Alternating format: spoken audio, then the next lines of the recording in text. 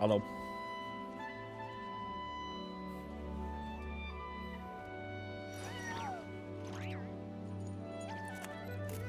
Hello. It's me. We are back. More Ark Conquest. I should get my crystal flat trap first.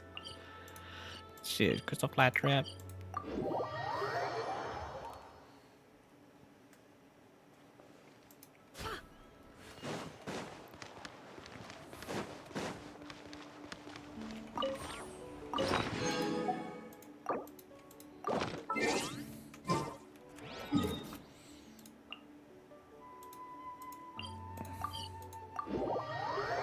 Alright, I'm excited to finish this today.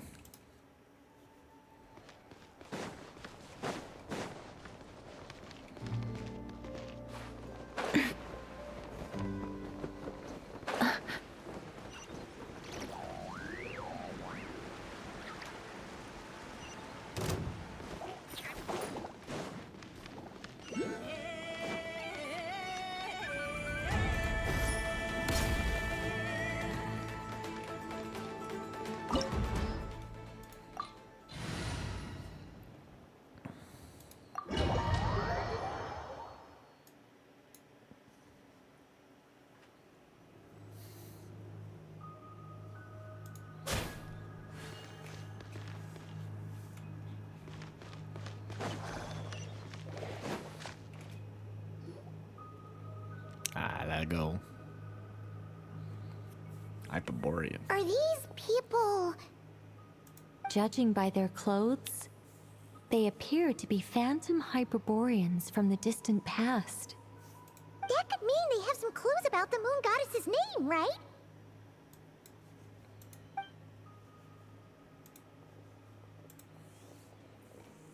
Hey there! Could you tell us what the moon goddess's name is? Sorry. That's probably a weird question, huh? How do we explain this? You imagine these people just know that's the end of this moons thing. are long gone, and their goddesses are dead. Their names no longer mean anything. When a new moon goddess is born, we will surely know her name. We have used every last resource at our disposal. All that remains is to wait, patiently and quietly.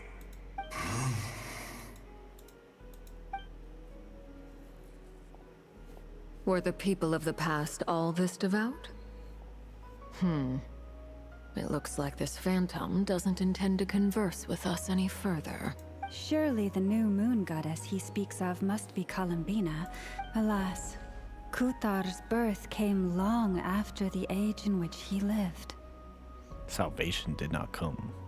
Yeah, it's because the witness wasn't here. But, maybe if we find a phantom from a more recent age, they might know Columbina's real name. True. Keep an eye out. We should be able to tell which era they're from by the clothes they wear. Nicole, nothing to say on the matter. Yeah, you've been pretty talkative this whole time. What changed? Oh, nothing. I'm fine. You all make good points. When the Hyperboreans speak of moon goddesses, they mean the three from truly ancient times. I can't imagine they would know anything about our current moon goddess. There once was a time when the moon goddesses blessed them greatly and protected them from harm. So, when the war between the gods and dragons plunged the world into chaos, it seems they looked once more to the moons for help, praying for a new goddess to be born. Yeah, that checks out. Let's continue on. Who knows what else we may discover?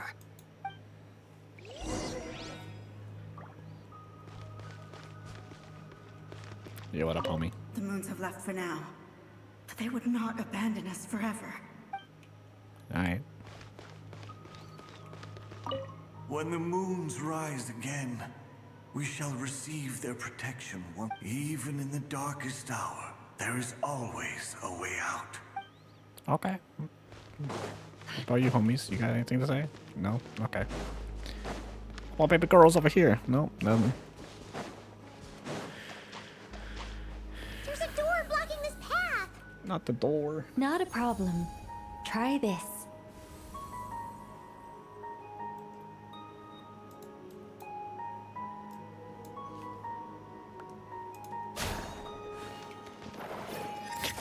My stone now. Whoa! How did that door suddenly collapse? This device was maintaining the door's integrity. Remove the core, and the device stops working. Is this our destination? Impressive. More precisely, this is a device that will help us reach our destination. Let's go. We still have a long distance to cover.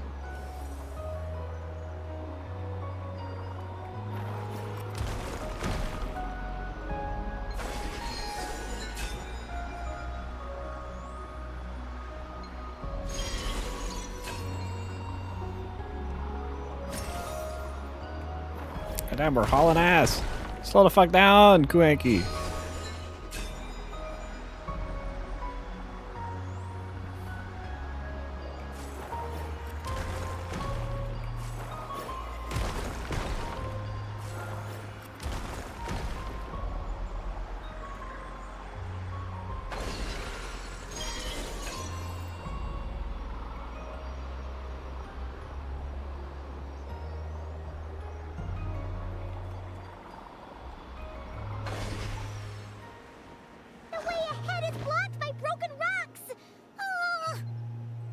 Let's try that device again.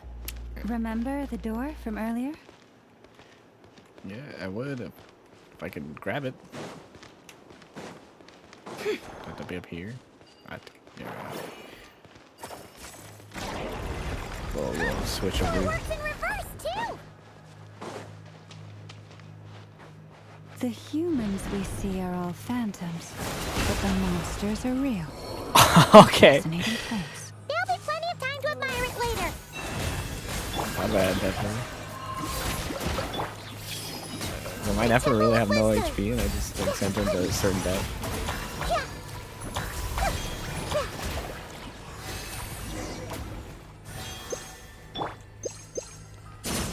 So eat some food, Nefer. Ooh, there's a whole bunch of artwork in here. Seems pretty old. Nicole, this is probably your area of expertise. What do all these paintings mean? Let me see.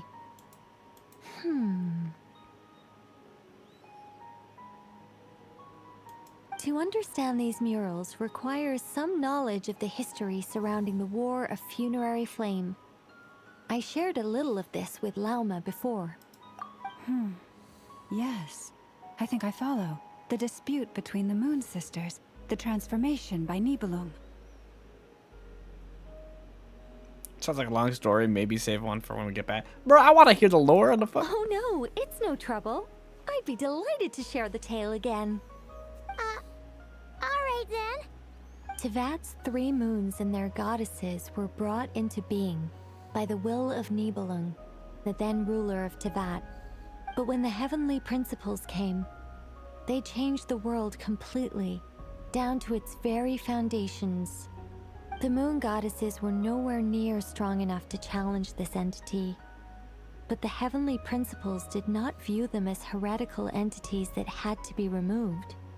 Essentially, the 3 moons existed to keep this planet alive and operational, which did not directly conflict with the heavenly principles' aims. Nevertheless, the inherent precariousness of this arrangement would soon be revealed. Nibelung returned. Yes. He did, and thus began the War of Funerary Flame, a battle for dominance between Nibelung and the heavenly principles. Discord would soon emerge between the 3 Moon Sisters. One would voice the opinion that they should follow Nibelung, for it was he who first hung the moons in the sky. Another would argue that taking sides in the conflict would only bring the world closer to ruin. There was no telling where it would lead, especially since their creator had returned, bearing the perilous power of the abyss. Nibelung would eventually discover their disloyalty. He had all three imprisoned before transforming the moons into weapons with which to fight against the heavenly principles. What? Weapons? Yes, the very moons that had once defended the planet became instruments of death and destruction, striking terror into the hearts of all living things. And although the heavenly principles and the three moon sisters had once been at peace, it now seemed that the moons posed an unacceptable threat to Teyvat. It is possible that the heavenly principles did not know of the goddess's imprisonment. If so, the weaponization of the moons would surely have been viewed as an intentional breach of the peace agreement. What happened then? Regardless of who knew what, when, the heavenly principles shattered two moons and flung the other beyond the skies. Whether the goddesses managed to escape Nibelung's captivity after his fall, nobody knows. But this much is certain. From that day on, the moons no longer belonged to Teyvat. The rejections slowly drained their power until eventually they passed away. So that's the full story. You say the moon ceased belonging to Teyvat from then on. Why then would Columbina be born here? That is perhaps due to the lingering connection between the Frost Moon, which was not shattered, and this world. You could see it as the three sisters' dying wish. They never desired war. All they ever wished for was to protect this land. I see. If the final fate of the three goddesses is as you say, then Columbina faces the same grave danger. Our investigation has yet to bear fruit. We must hurry. Yeah, you're right. Let's keep going. Shit, I hear chest. Shit.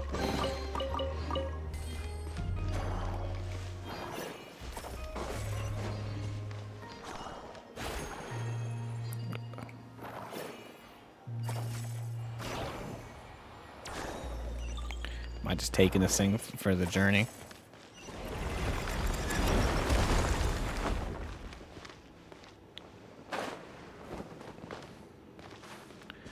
Alright, there's homies. Why? Why do the creators of this world no longer show mercy upon their people? Remember his words. We must change our fate with our own hands. Should we trust him to keep his promise? We have to. There's nothing else we can do. Wait, that's odd. Who is he? Is something wrong? No, not really. It's just that over 30 possibilities emerged in my head, so I can't be sure who he is. It's been too long. My memory isn't as sharp as it once was. Okay. 30. Wow. Impressive.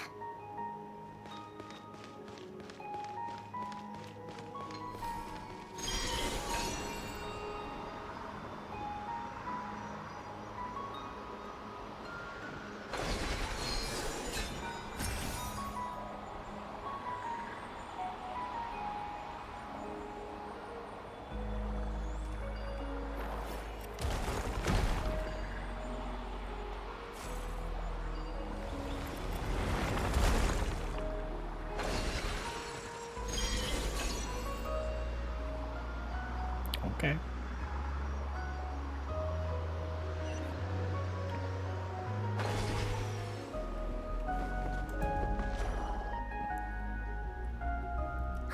We're finally here. Guessing we'll need to activate this thing? Indeed. I was a little worried about that at first, but as we got closer, I sensed that the Kuvaki within it flows unimpeded. It should be functioning normally. The only issue is how to activate it. It's looking a little worse for wear. What about the cores from some of the other devices we've seen? Can we repair it using those? In all likelihood, yes. I imagine that would have been the Hyperborean's backup plan. Let's look for some cores.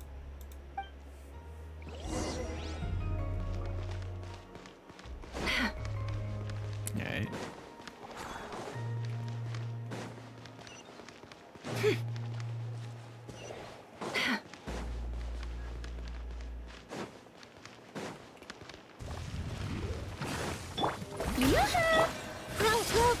Leave this place. By the frost moon. It all adds up.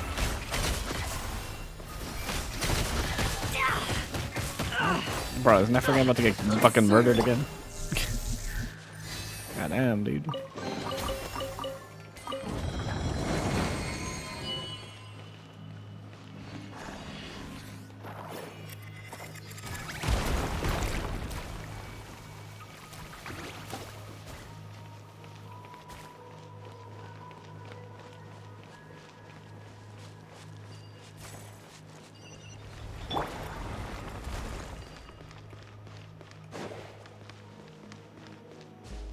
Okay. I found a core! But how do we get across? Okay, Paimon. Walk up, then jump down. Paimon found a car. Okay, Paimon. The show begins.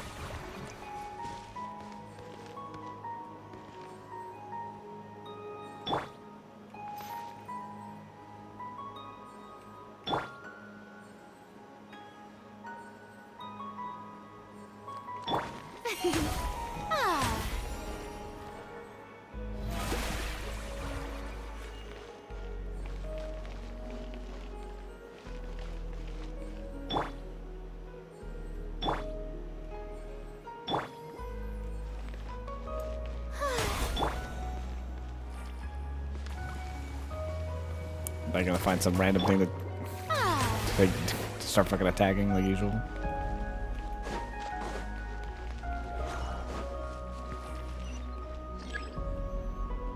Enter Kavaki empowered state to insert.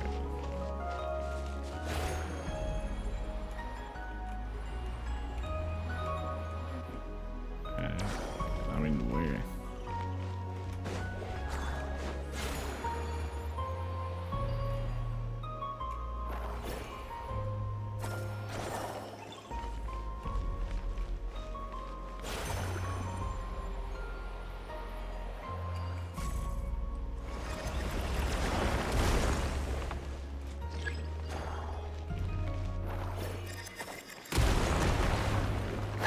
That should be enough cores.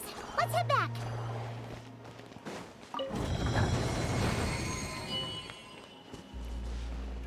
Bro, that's a lot of cores.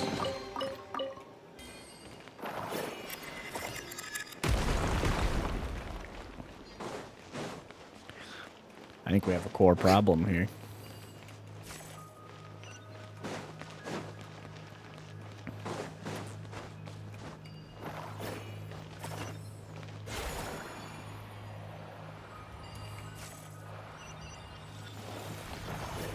Oh, shit.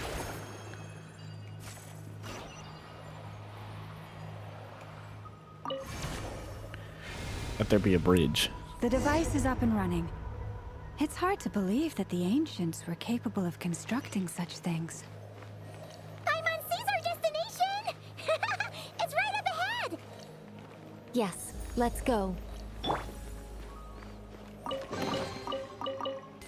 Don't mind if I do, precious Jess. Shit.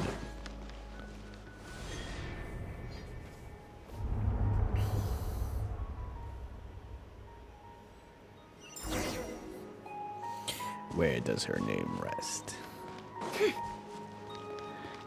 Yo, this looks like a cool ass domain. The moon right there.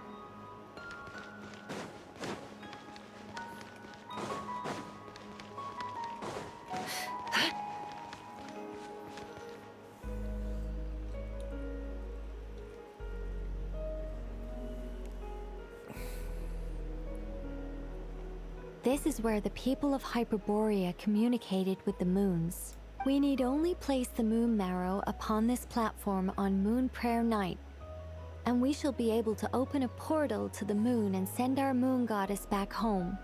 The assumption being, of course, that we can find her first. I've got a question. The moon is beyond the sky, right? That's right.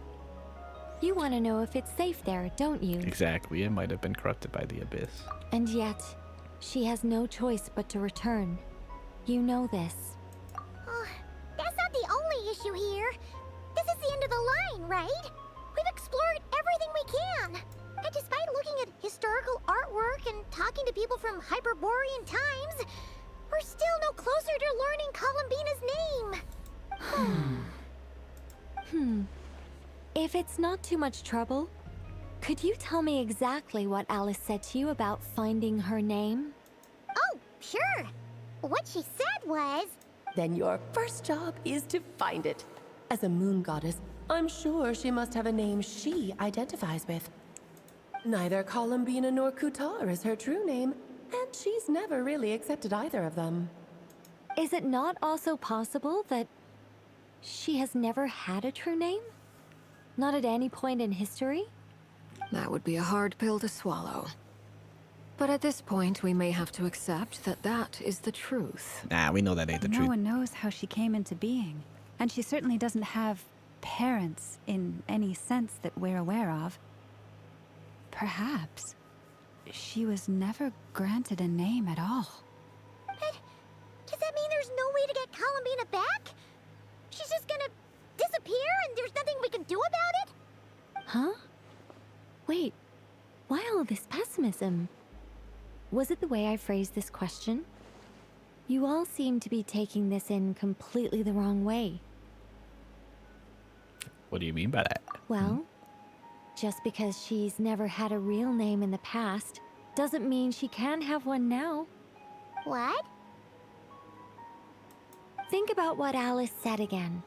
She never once said that you'd have to find a new name, did she? Are you saying what I think you're saying? You want us to grant her a name? Yes. Names are anchors that connect us to the world. If she doesn't have one already, then all we have to do is create one, no? It's like... yes.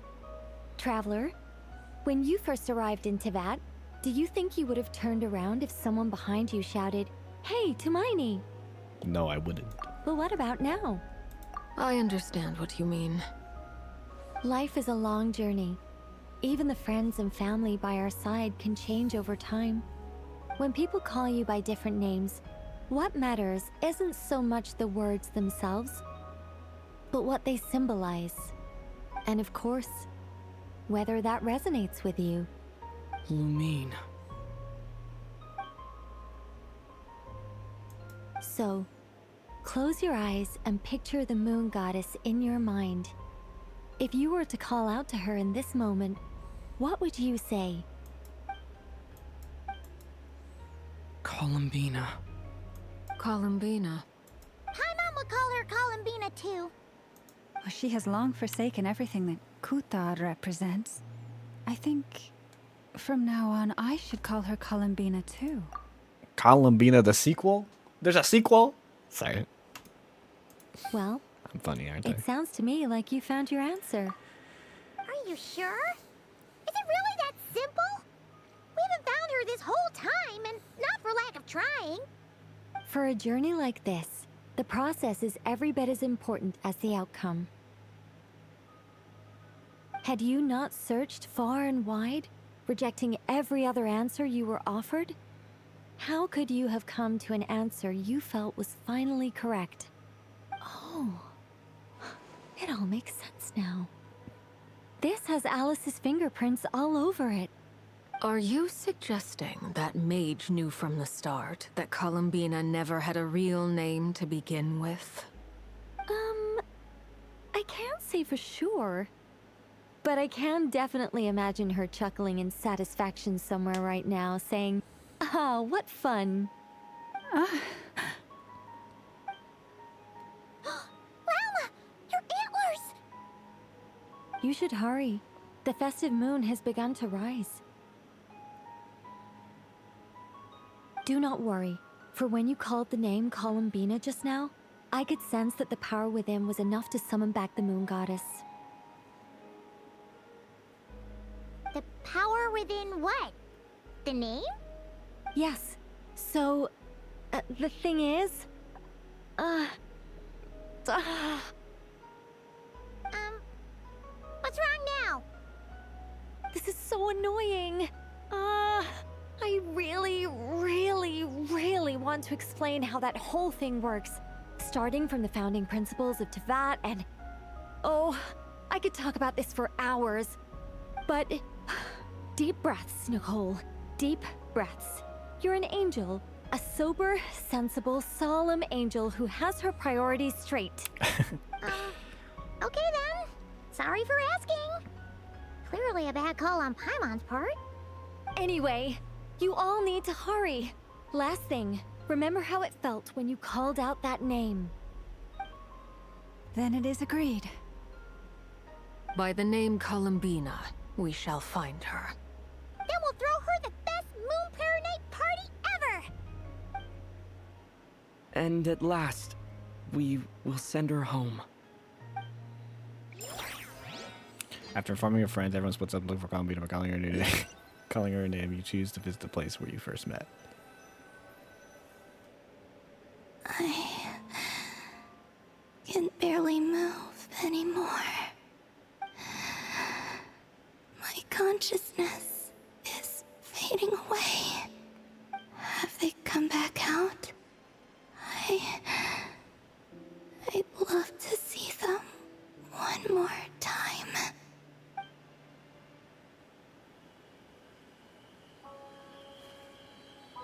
They didn't make it.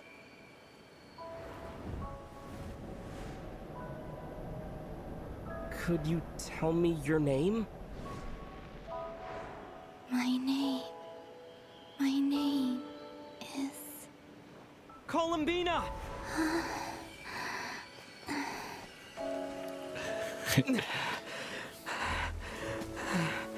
Columbina! Are you here? Columbina! That's the name you gave when we first met. And it's what I've called you ever since. Columbina. It's a fine name. I have many fond memories of Columbina, and so do all of your friends.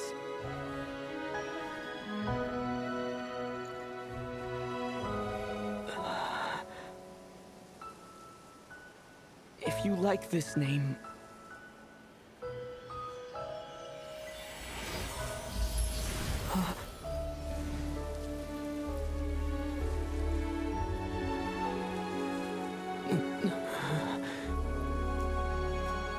Looking for me?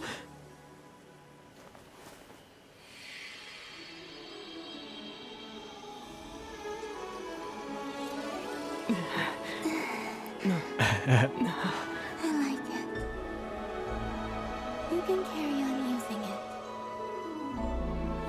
My name is Columbina Hyposelenia.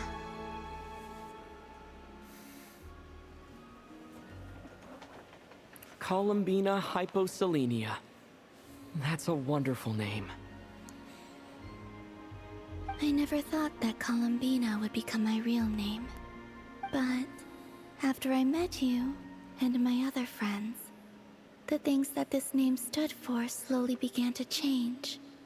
It went from being a Fatui code name to something my friends call me. How much he's changed since we first met. She used to never share her innermost thoughts. What is it? Why aren't you saying anything? I'm just so happy for you. Thank you. So, where's everyone else? We can go and meet them very soon. Everyone went to different places to try calling your name. Great. I'd like to thank them as well. Everyone's done so much for me. Searching for my name, entering those ancient ruins. Huh? Wait, so you were... Yes, I was there. Not physically, but my consciousness was still holding on. I followed you the whole way. Starting from when? You turned around and called out my name while you were in Nasha Town. Do you remember? So that's what that was. I would have sworn I felt someone pat me on the back, and deep down I think I knew that it was Columbina. Let's go. We don't want to keep them waiting. Sure. In that case, come with me. But... Before that, could you call my name one more time? Sure. Come with me, Columbina Hyposelenia.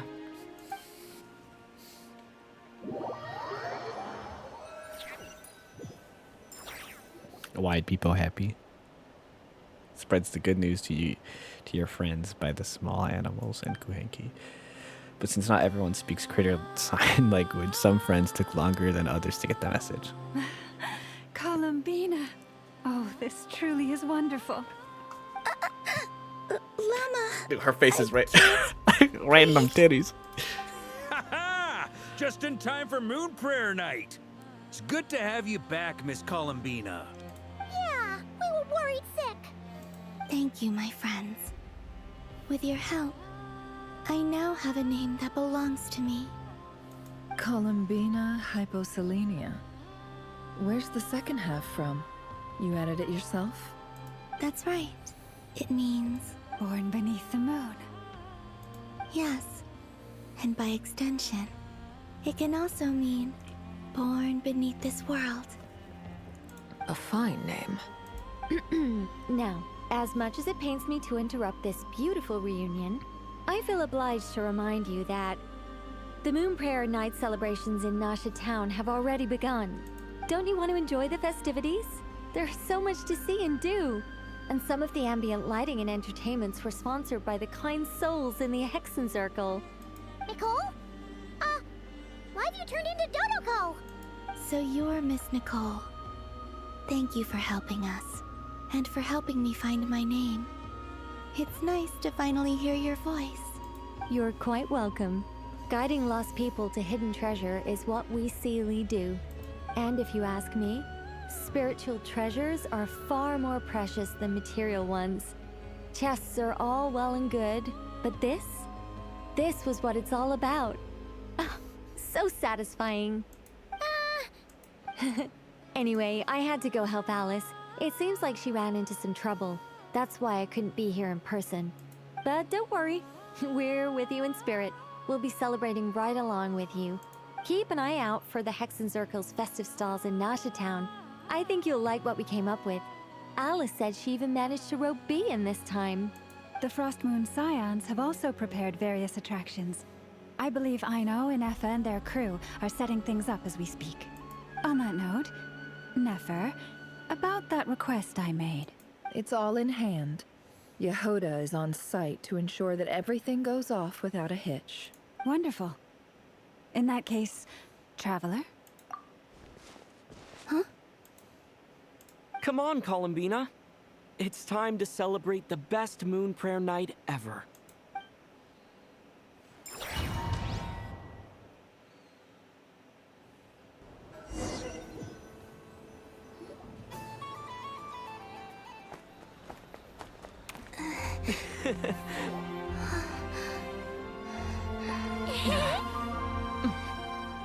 Hey, young lady.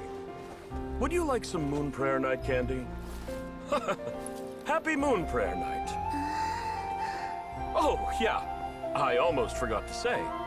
Welcome home, Moon Goddess.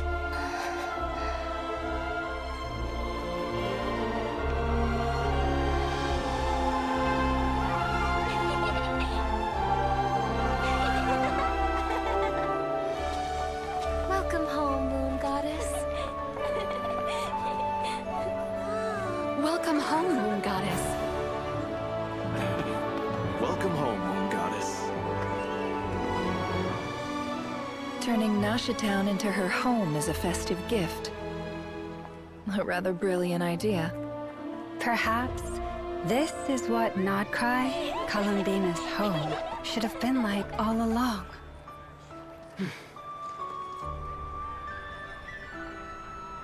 Thank you for the gift. I like it a lot.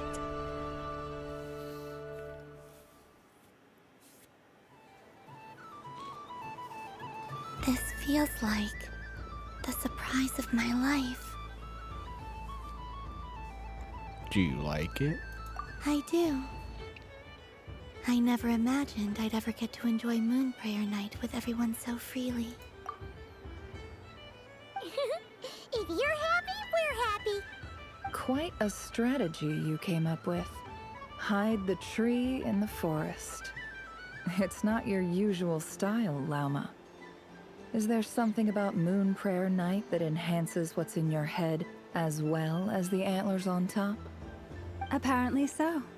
It even inspired a perennial penny pincher to use their resources for a greater cause. It truly is a magical festival.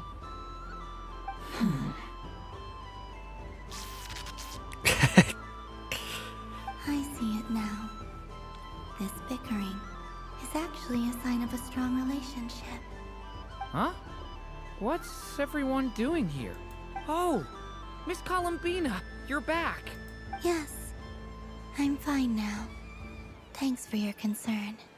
How's your progress with Alice's assignment? Very well indeed. I've never heard her sound so excited. Not like this. This time, her excitement seems more serious. Seems like she's had a major breakthrough. She said she'll contact us once she knows more. In the meantime, we're free to relax and have some fun. Enjoy the time off while it lasts. I have a feeling that our next task won't be so simple.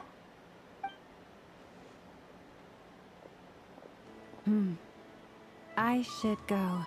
I still have a few things to attend to at the Frost Moon Scion's stall. And I think I'll take a look around. With any luck, this once-in-a-year festival will come with once-in-a-year opportunities. Hold up a second. I believe he made a beeline for the flagship the moment he entered Nashatown. It's going to drink. That's Mondstadters for you. They know what they want when festivals roll around. Goodbye for now, Columbina. I hope you have a wonderful night.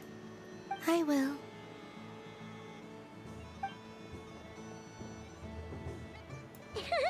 Well, in that case, don't just stand there. Get out there and have some fun. You'll definitely get a warm welcome at every stall. Oh, also, take this map with you. It's a guide to the festival.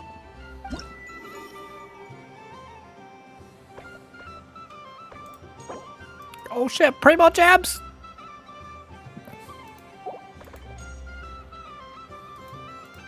The Frost Moon Scion stall is over here.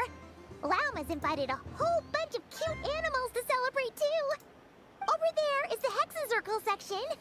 Alice seemed more excited than anyone about this festival, so she insisted on making it a grand affair. Oh, and then there's the Nashatown local specialties, including... Actually, forget that. Better if you go check them out for yourself. Thank you. It looks like a lot of fun. Enjoy your Moon Prayer Night. You're not coming with me? We'll be around. But don't you want to browse by yourself for a bit first? It's fine, don't worry, we'll be nearby. Yep. If you find something you like and want to try it out together, just give us a shout. We'll be right with you. Otherwise, just relax and enjoy yourself. There's so much on offer, so try to experience as much as you can. And don't forget to stuff yourself with all the delicious festival food. We'll probably run into each other while we're browsing. All right then. Off I go.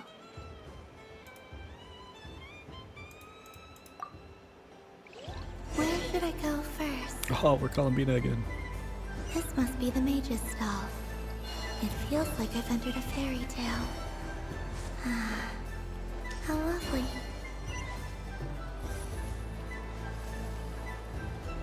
Oh, there's so many people to talk to. Oh. Dodoco's Whirligig! Come check out Dodoco's Whirligig! Ah, welcome home, Moon Goddess. Might I ask what this is?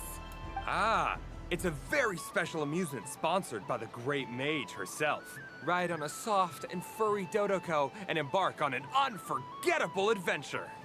I say that, but I'm just following a script here. Who is this mage, anyway? And what the heck is a Dodoco? I'd like to ride. No problem. But, are you by yourself? Is that not okay? Oh, no, it's fine. It's just that each Dodoco can accommodate 2 passengers. Would you like to bring a friend along? My friends. That should do it. Now, we just need to get everyone else to draw something on it too. But we gotta keep it a secret from Columbina. Traveler, Yeah. I want to go on that ride. Will you join me? Let's go then. One Don't more. worry. Paimon will do the rounds. You go have fun. Nothing. Let's All right. I think we have to wait in line over there. Please take your seats. For safety reasons, you mustn't try to leave the ride before it comes to a complete stop. All right, you're all set. I wish you both a wonderful journey. You can always rely on Alice for weird and wonderful gadgets. Not bad. It reminds me of riding a moon lane. Sometimes, the Kuhenki circle around me like this, playing their beautiful melodies. That sounds so sweet. Yeah. I'm going to miss them. I wonder what Columbina will find on the moon. Perhaps she doesn't even know. Does it scare you at all? It does. I've felt scared in the past, too. But this is a little different. You know something? I got to see a lot of fascinating things during my disappearance. I saw how the Frost Moon Scions act around their families. So different than how they used to act in my presence. And I also saw how they interact with their friends. It made me curious at first. Why do people act so sincere when they're worshipping gods, but save their truest, warmest feelings for each other? Slowly, I came to realize that it's because they trust one another. They know, deep down, that they'll be accepted for who they are. All of it. The good and the bad. Your friends accept all of you too. I know. I knew it the moment you started calling out my name. What I fear now is the end. I fear losing all this the very night I have gained it. You won't lose us. Hmm? Even after you return to the moon, your friends will still be here. Thank you for this conversation. Thank you for listening to me. Don't worry. This fear I have, and the unknown that awaits me, they cannot hurt me. Not when I possess a treasure far greater. I just want you to remember this version of me. The real me. On this final night together. Dear passengers, Dodoco's awesome adventure has come to a close. Please leave in an orderly fashion, and we look forward to seeing you again in the future. Don't want the journey to end, huh? Don't worry, you two. There's always another adventure waiting just around the corner.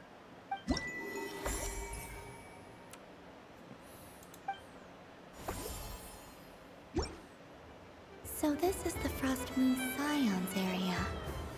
It feels very familiar. But everyone looks much happier than usual. Paimon. Fun ride, huh? You and Columbina looked pretty sad to leave. This isn't gonna make Paimon dizzy, is it?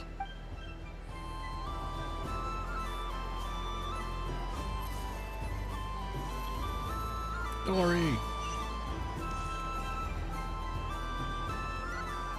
But I was aiming right at it. Oh, what a pity.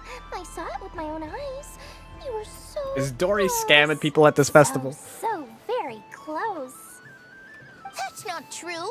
It dodged out of the way right as I was about to snag it. I'm sorry? You heard me. This paper frog can move. I swear. Dear, oh dear, what are you saying? How could a paper frog move? Unless you believe there really is magic in this world. Even if I, the mere humble merchant that I am, knew such magic, surely I would not use it on a paper frog. I'd sooner give Mora legs, so it could walk right into my purse. My dear, dear customer, Why not have one more try? This time I'll give you 12% off. A very generous discount for one of my most regular customers. Just think about how much experience you have under your belt now. You're sure to win the next one. Everyone wearing Columbina cosplays is so cute. Darn, I used up all my coins. I'll be right back. Just gonna fetch some more from my house. Take your time, but don't take too long. This event is Moon Prayer Night only. Miss it, and you'll have to wait a whole year before I'm back. Next customer, please. Welcome. Hello. Whoa! What's this big one doing over here? How do I tell my employees not to go running around this time? Shooting them a glance won't work. Dory? Dory's scamming people. Why, hello there, Miss Columbina. Would you like to play my ring toss game? The rules are very simple, and it's easy to get the hang of. How much for a round? Oh, first time's free. Not a single mora. After that, well, we can cross that bridge if and when we come to it. But with your sharp sharp skills, I'm sure you'll win all the prizes in one fell swoop. That was an obvious enough hint for them, right? Hold the ring toss. Okay.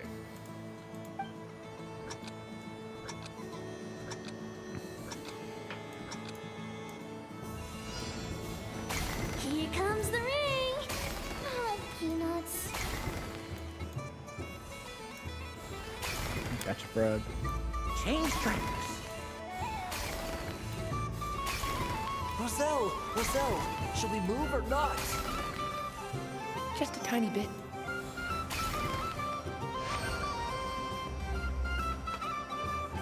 Let's see now.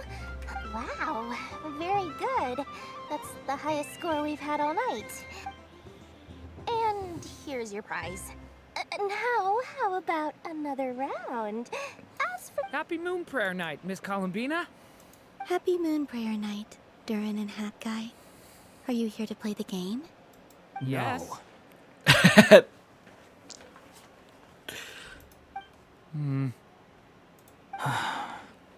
You said we were just coming here to say hello. I did, but then I recognized a few more people as I got closer. Do my eyes deceive me? Is that... It's our little dragon. He's all grown up. Someone's popular. Well now, since you came all this way, why don't you try out this lovely game we have going? First try is free. He'll have a go. I'll pass. It's only one free try per customer. You can't give your try to him. I'm aware. How has Elder Almond been lately? He's in great shape. He goes for a run in the forest every morning to stay fit and healthy. Simulaga lore. He tried to go boat racing with Firecracker a while back, but he couldn't even make it onto the Lotus Leaf. Firecracker was in fits of laughter. How about you, little dragon? Can you still fly? Yes, I can. But you've become less chatty. Has growing up been tough on you? We call that maturity.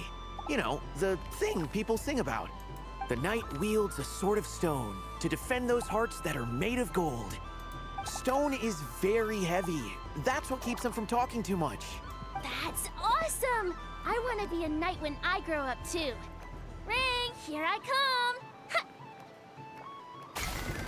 Oh, the hat-wearing man. I never thought I'd see you again. You seem more determined than when I saw you last on the train. The hat wearing guy. If you say so. Oh, I do say so. The people you once helped see it clearly. It's because you are once again on the right track. May the engine in our hearts propel us to the station of our dreams. I can move! I can move now, Roselle! What are you doing? Running into the rings like that? You got them all so quickly. I've never seen anything like this in all my travels. Is this guy actually an old friend of theirs? But how? They're origami animals and clockwork people from a fairy tale. getting to know them would be quite an arduous task. Unless they share a hometown? I have to get to the bottom of this. Next time I see the Great Mage Alice, I shall demand answers. Thank you, Dory. I had a lot of fun. So, now for your prize. What? Oh, sweet grand prize. How I wish I didn't have to let you go. Good thing I've already turned a profit from the customers earlier in the night. Otherwise, I'd have wasted all my hard work.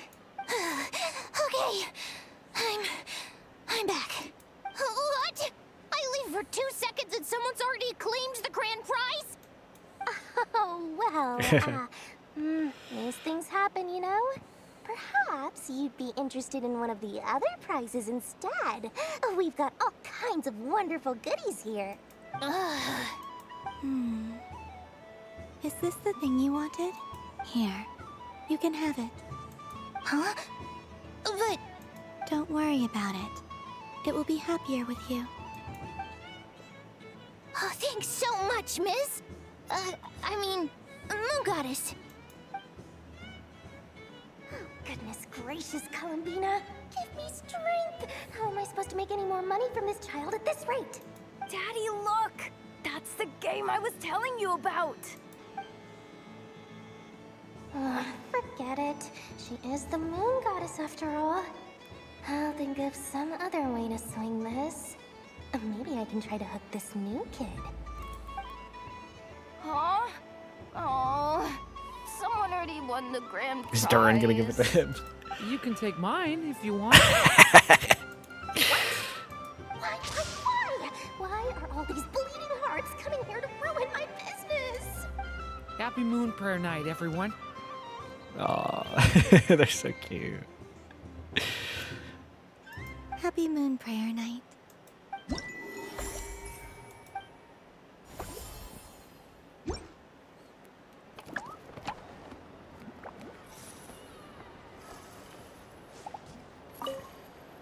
Done being a do-gooder yet? Thanks for coming here with me, Hat Guy. Are there any games you'd like to play? It's your turn to pick. I'll come with you. Why does that hamster think you've grown up? You haven't changed at all. I know you don't mean that.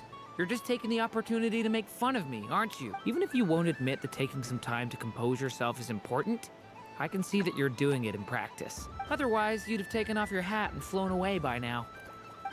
Looks like Albedo's socialization program has been far more useful to you than all those Vahumana textbooks. Can I talk to Catherine? Happy Moon Prayer Night, adventurers. May you have a lovely evening. Sandrone's over here. There are so many attractions here. Sandrone. Since I rarely get out, I might have...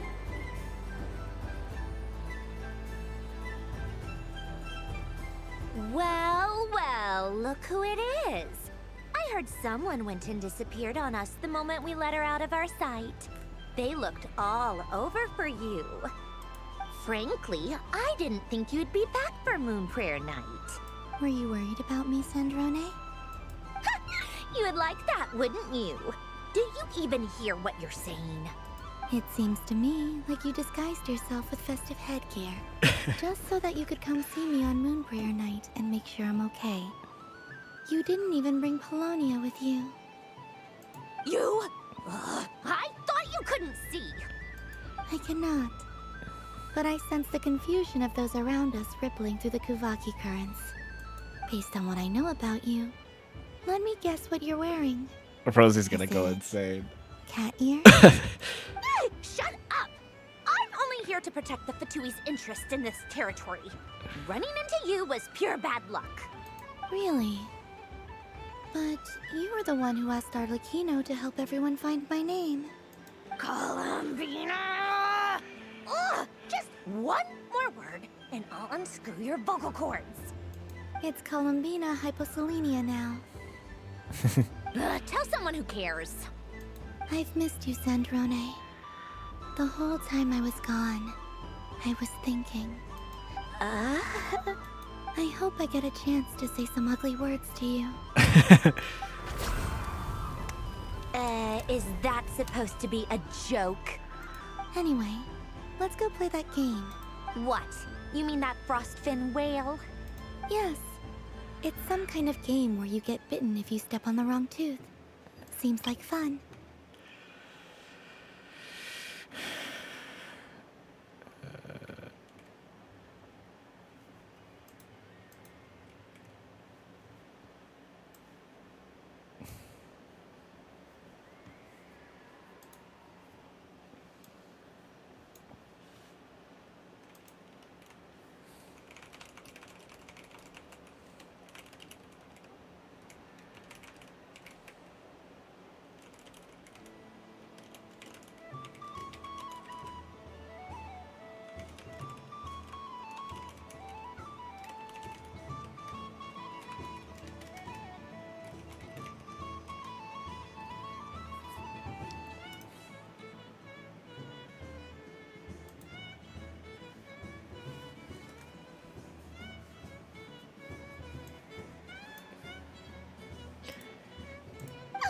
Who in their right mind would wanna? Because you're not a scaredy cat.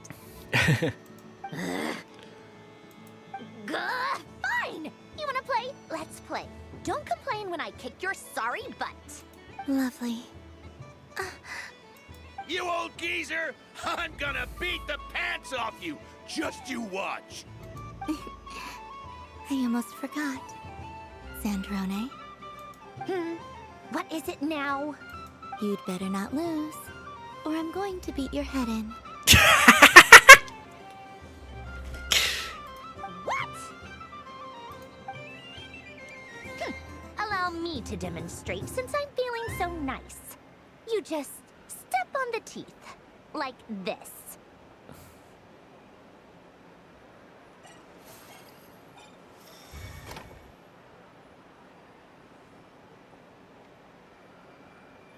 Which should I pick?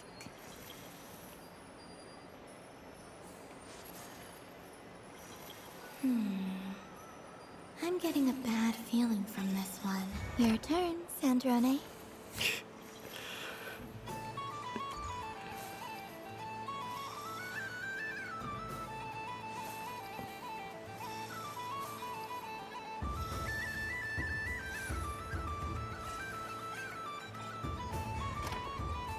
Don't come crying to me if you get bitten.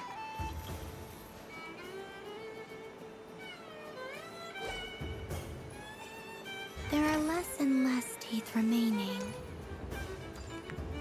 Is she gonna get bitten? She's going for it. She's going for it.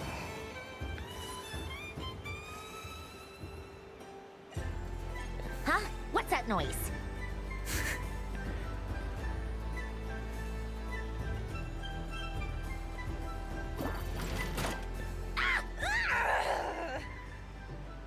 Yeah, we screenshot this for Rosie.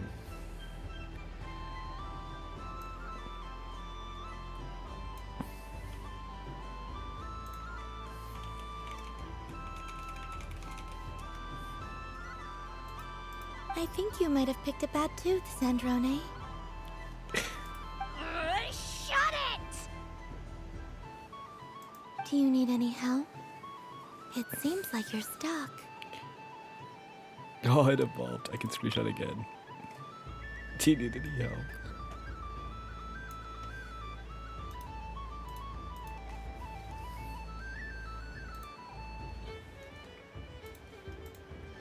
Let me screenshot this with the context too, because that's funny.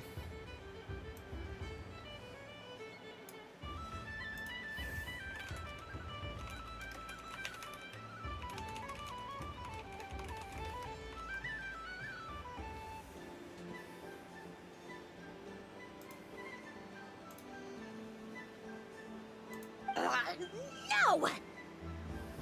It's just a blasted toy! How is its grip this strong? Stop laughing! All right. Well, you lost. So just like I promised. Hey! What are you doing? Are you seriously? Hiya! Why, you... Oh, just you wait! Rematch! Are you alright, Sandrone? That was quite a strong bite.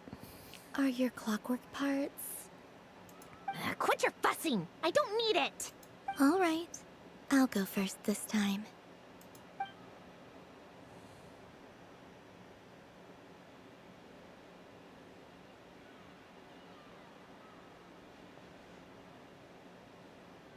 I see it now. She can sense which teeth are rigged. So I just need to avoid the same ones that she does.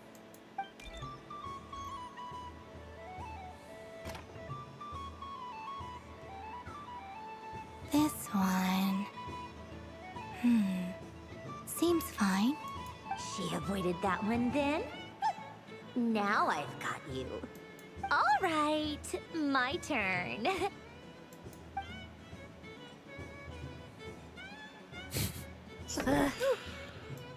What? Looks like you lost again, Sandrone. Wait! There's more than one bad tooth! Bonk. Bonk.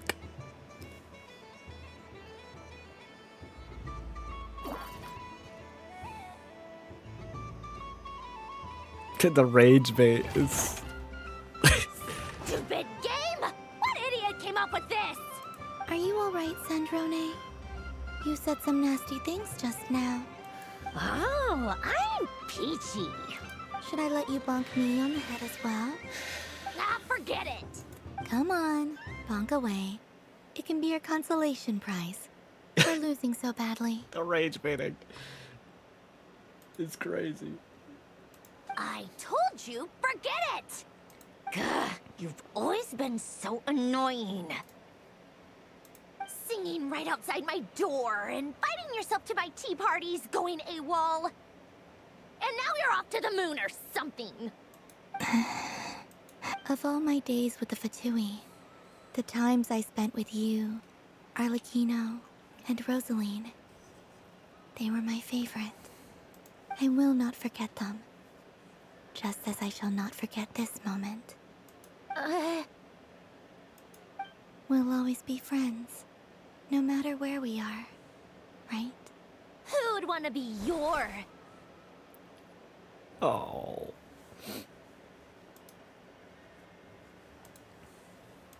I'll miss you, Sandrone.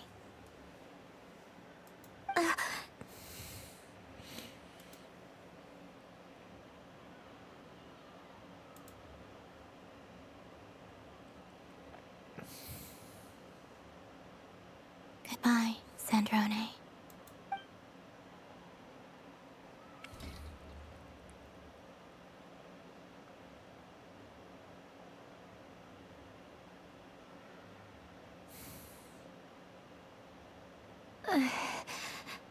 I'll miss you too, Columbina.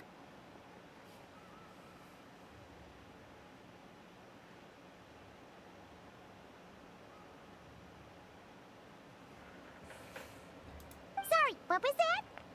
Ah! Ah! Yeesh! No need to freak out. What's wrong? What do you want? Oh, nice ears. They don't match you, but they really suit you. What do you want? This. Huh? It's your turn to draw something. You're one of her friends too, aren't you?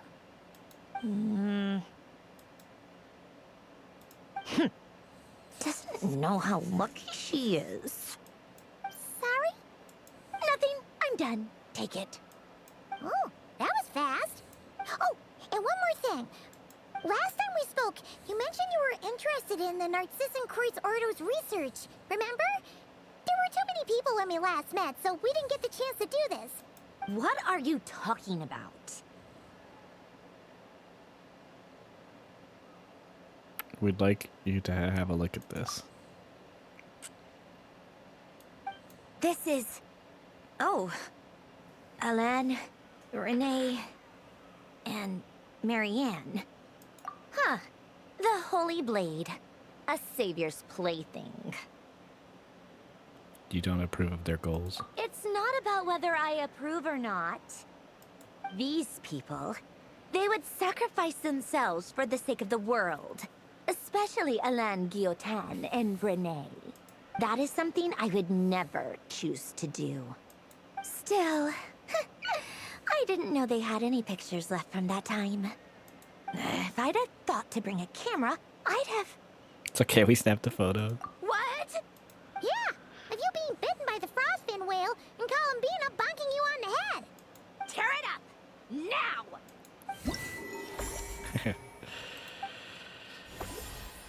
That was sweet.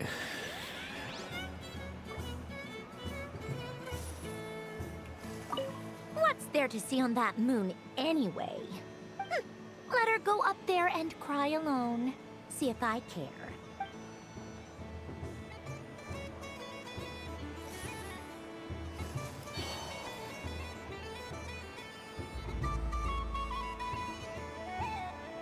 What is going on over here?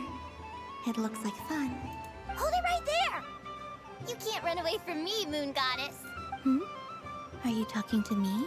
Of course. Do you see anyone else here dressed up as the Moon Goddess besides me and you?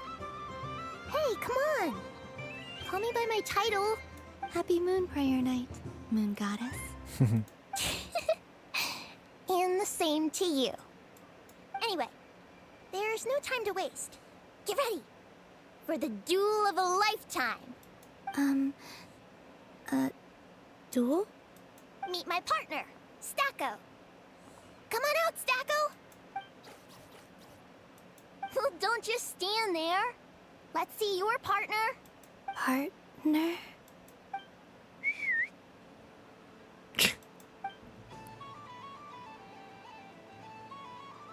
Hmm? So I need to select a partner and command them in battle. Partner. I need a partner.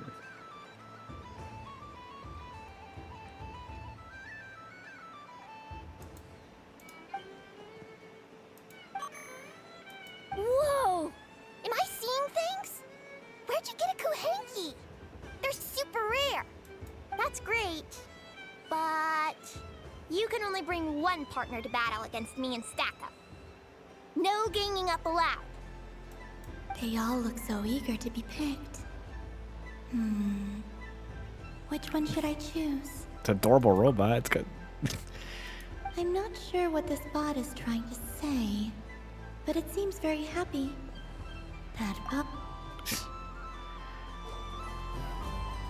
Testing!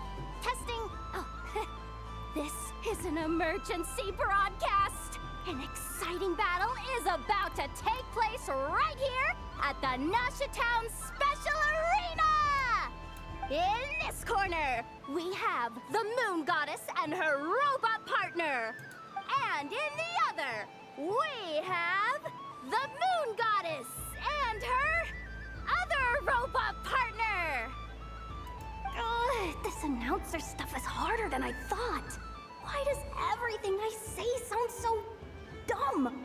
If I could cringe any harder, I'd fold in on myself. Only one Moon Goddess can be victorious in this ultimate battle of destiny! But who will it be? There's only one way to find out! Now, without further ado, let the Battle of the Moons begin! I don't care who we're up against. Stacko and I ain't gonna lose! Let's strike first! Stacko, formation shift! Ho-ho-ho! The robot has kicked things off with a change of formation. This is Pokemon that's fucking event. Nobody knows. I'm attacking. The other party chooses to attack. Stacko! The attack lands! And if those sizzling sounds are anything to go by, it was very effective. Okay then. Stacko, Maintain formation and enter your empowered state. Empowered state! There we go! Now we're talking! Absorbing the immense Kuvaki present on Moon Prayer Night, this lean, mean machine has greatly increased its offensive power! Oh, they chose defense! But Stacko's about to attack with full force! Is it too little too late? The battle is heating up fast! I'm about to start sweating machine oil over here! Go for it, Stacko! Set Kuvaki to maximum! Can their opponents withstand this blow? And what will this moon goddess do? Don't be afraid. Fight however you wish. And it's the empowered state! Both robots empowered now! The attack comes in, but oh, attacks repelled! Opposites attract, but likes repel. And now you've seen it in action! What a powerful repulsion! The robot crashes into the wall! Can it keep going? Stacko! Oh, Stacko is down for the count! Our winner is the Moon Goddess! The slightly taller one, I mean. You did your best, Stacko. I'll take you to Ainos for a checkup right away, don't you worry. Well, you beat me fair and square, I guess. Honestly, I underestimated you. Won't make that mistake again. I think my partner deserves most of the credit. Just you wait. When I'm a little bit older, I'm gonna come back a whole lot stronger. You ready for a rematch?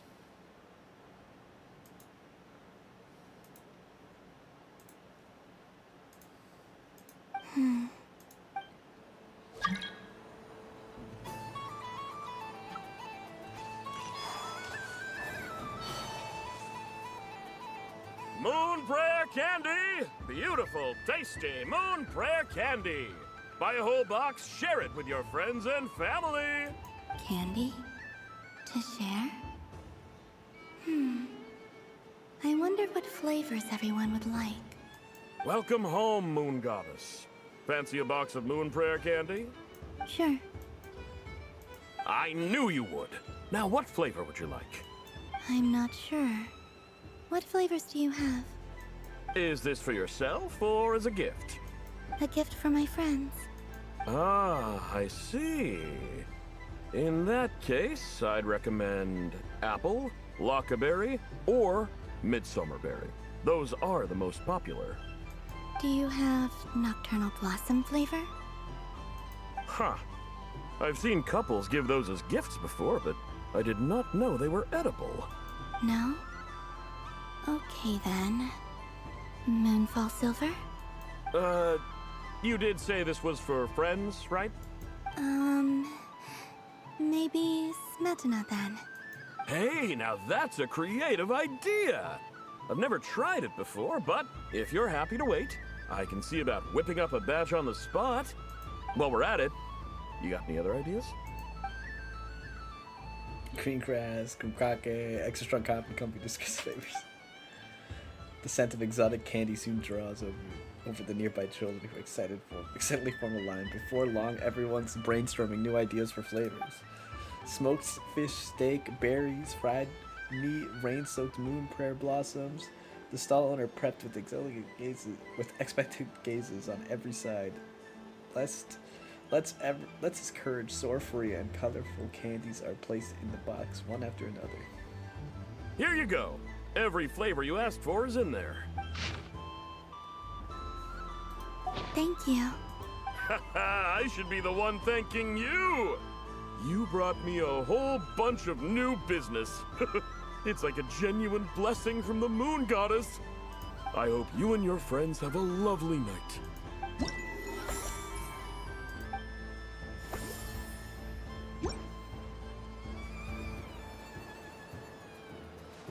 Enough and Ainos.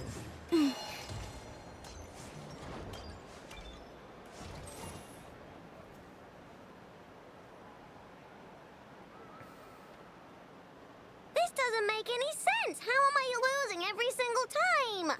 Wait, Inefa, you're cheating, aren't you? Yeah, that must be it. I am not cheating, Aino. Uh-oh, sounds like Inefa's turning into a big baloney bot. I think it's time for some serious maintenance. Moon Goddess, help me. Miss Columbina, Aino is attempting to cheat. What the? I'm not the cheater.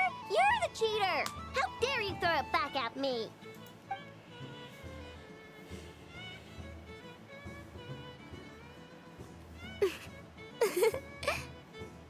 All right, fine. Let's all laugh at Aino. Just you wait till I get home, because I'm gonna make a game bot that can win 100% of the time. Let's see you laugh when I come back and beat your butts. You'll all have your heads covered in stickers when I'm through with you. We came to check everything was okay after all that yelling, but,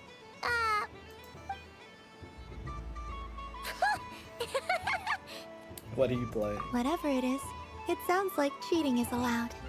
Kuhenki concentration. Each player starts with differently colored kuhenki. Each round, they draw one kuhenki from their opponent. When a player has two kuhenki of the same color, they make a pair and can be discarded.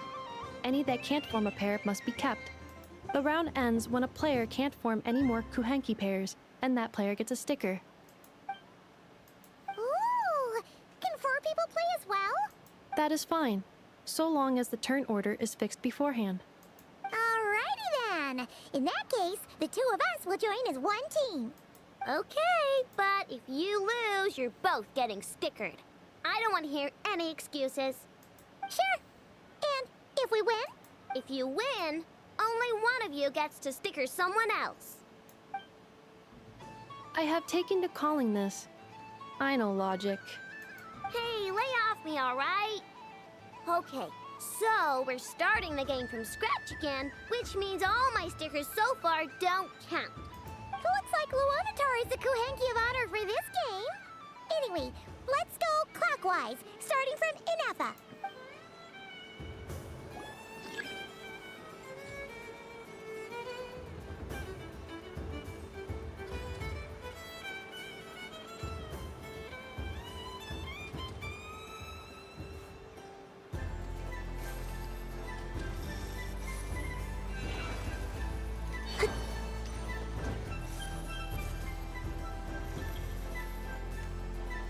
Nice! That's a pair!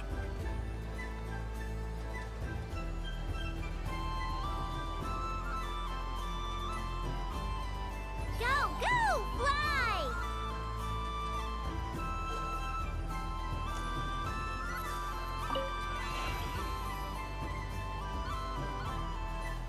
Go on.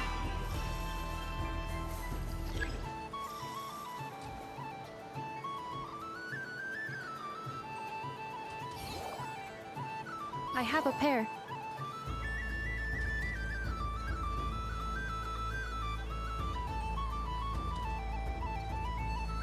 Uh-oh! We gotta pick up the pace!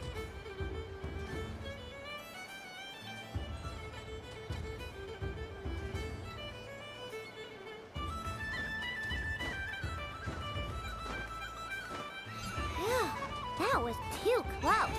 I thought I was gonna lose.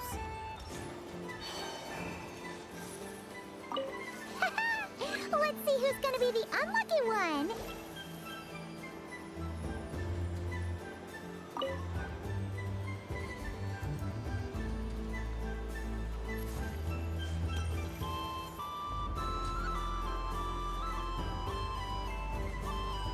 Good luck, everyone.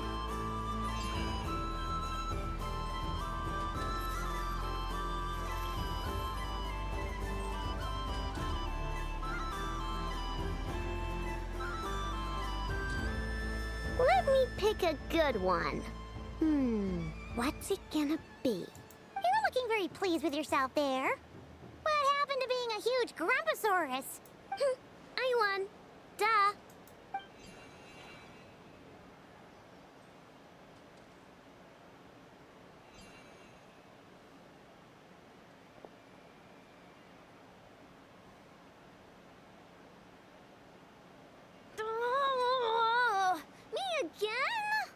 Don't fidget too much, Aino, or the sticker's going to fall off. I don't care. If it falls off, it falls off. If a pair of Kuhengi get discarded, why not a pair of stickers? Huh? Huh?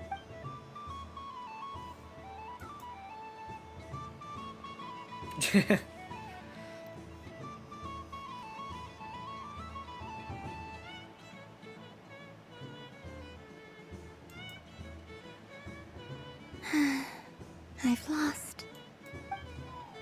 Sticker, sticker, sticker!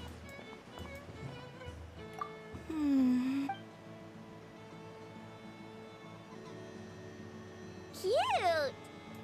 You think so? Shame. I can't see it for myself.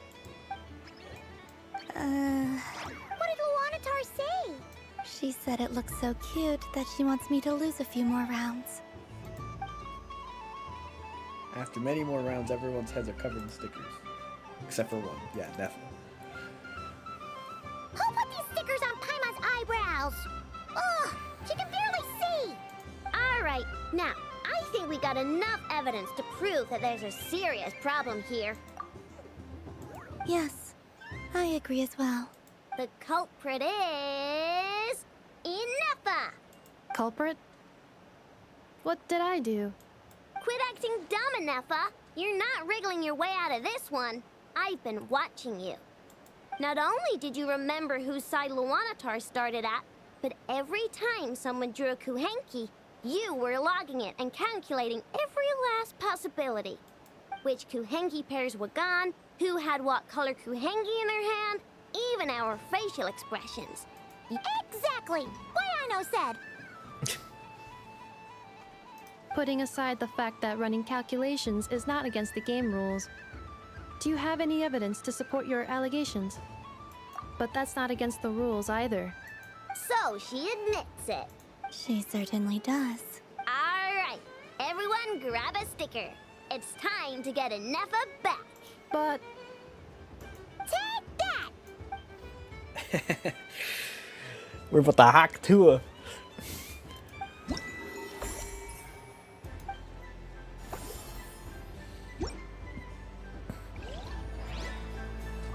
Only 4 more stalls.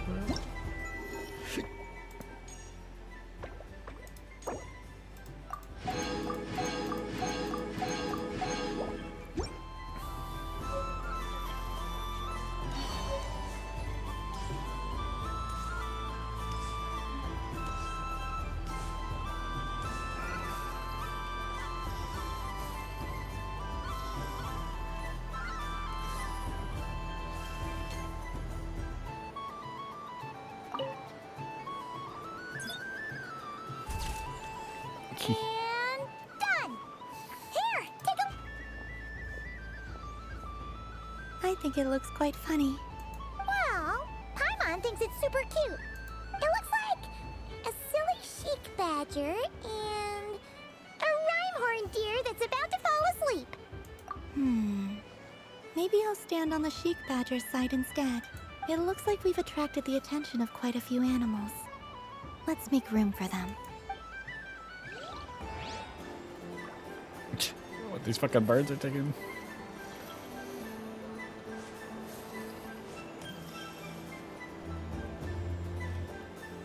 Wow, the Frost Moon Scion stall looks kind of plain, but it's pretty cool once you get into it. I don't go to Hisi Island much, but it's got that, like, old world cultural feel. And if culture means we get more festivals, I'm all for it! Hello, Yahoda. Columbine?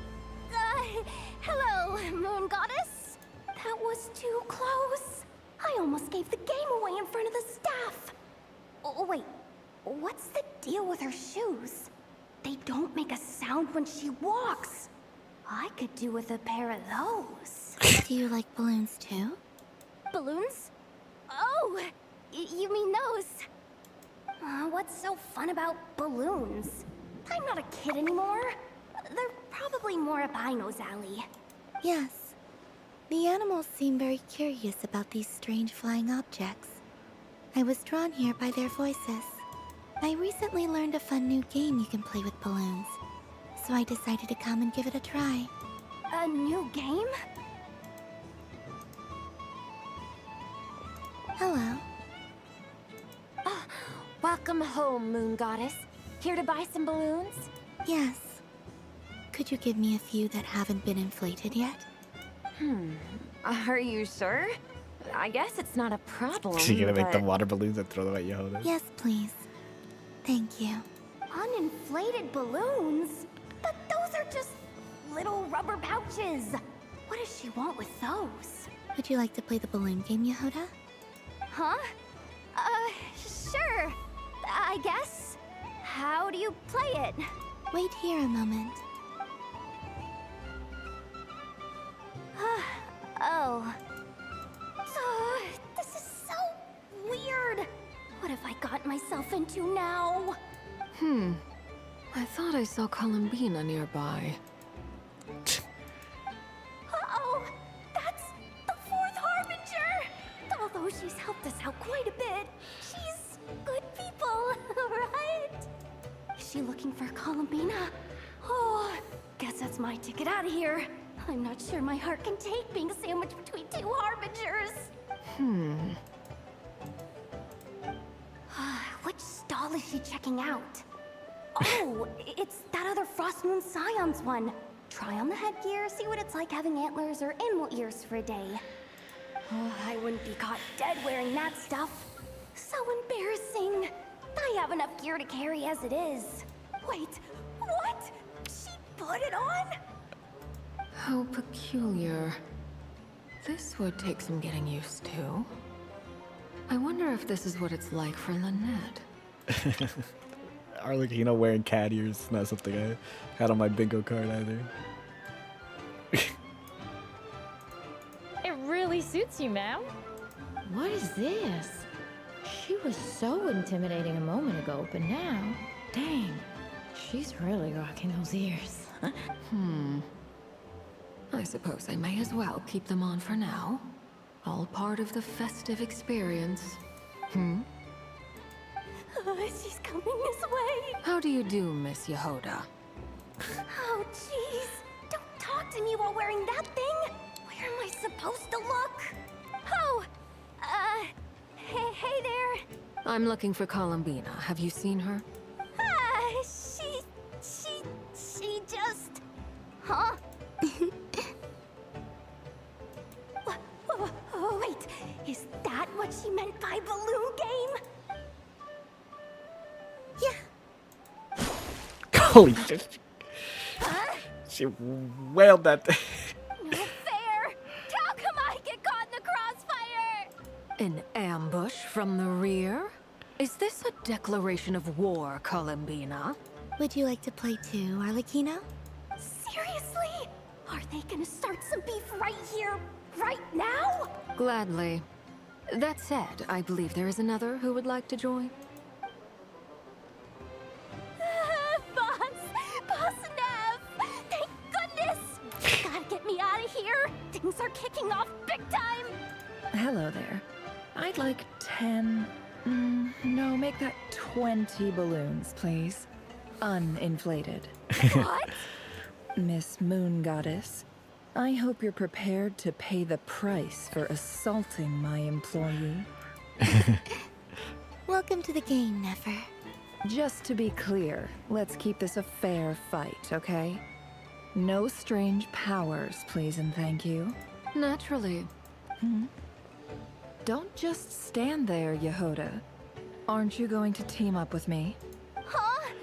Do I have to? Of course. Don't forget, the Curatorium has a reputation to uphold. I knew something like this would happen. Oh man. This is going in the screenshot folder as well.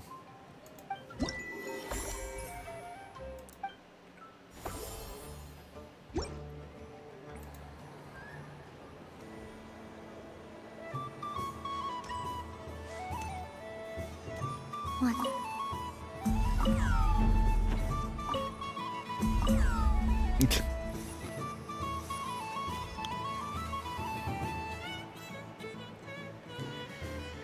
I wish for a never-ending supply of laka berries. What a humble wish. Probably written by a child.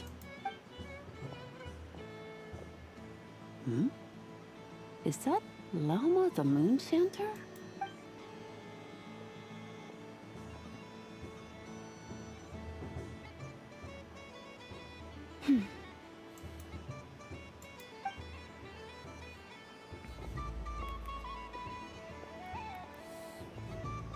I wish that the long plume ibises would stop biting me. Oh dear, poor Lauma.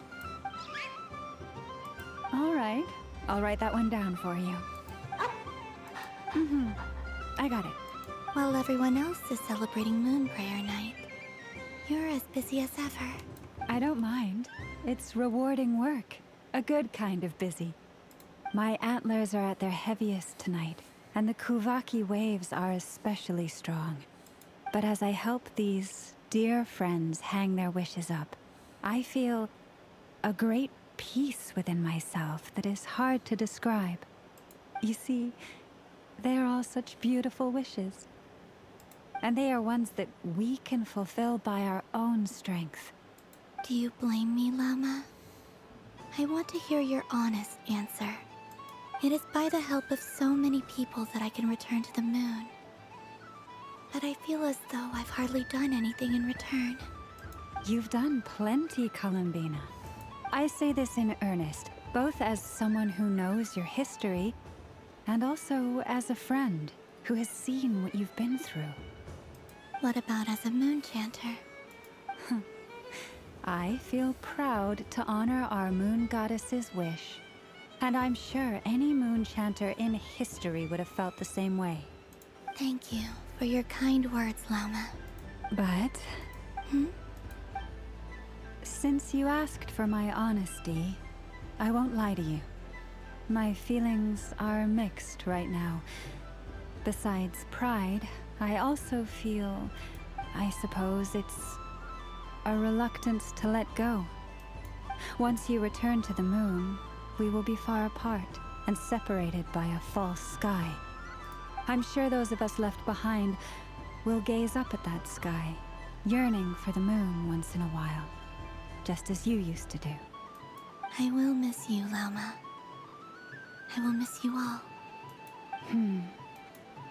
I hope to stay in touch.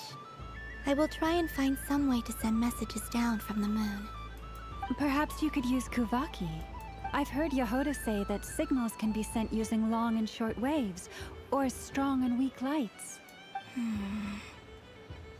That sounds a little complicated. What if we forget what the signals mean? We could prepare a codebook beforehand, but... You're right. It wouldn't really suit you. Still, whatever happens, I believe that you will find your own unique way of communicating with us. And now that I think about that, my heart feels lighter. Because you trust in me? Yes. I have faith in you, and in the power of truth. In my experience, the truth tends to be difficult. But that's what makes it stand out from what is false. So I'm confident that your thoughts and your love will shine through the curtain of lies. We will know it when we see it. Thank you. Now, could you help me hang up my wish? Is this? I wish that all who dwell in this moonlit world can find a place to belong. And I wish that I shall one day see my friends again. It's 2 wishes. I hope that's not too greedy of me. Not at all. And I think you speak for us all with the second one.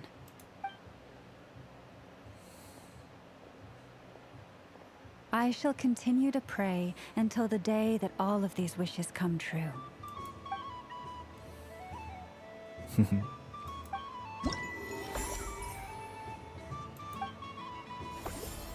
Got 2 left.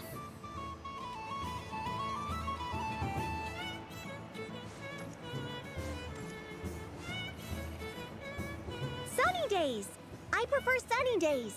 Ah, Well, you are as warm as the sun itself, Moon Goddess. Very well.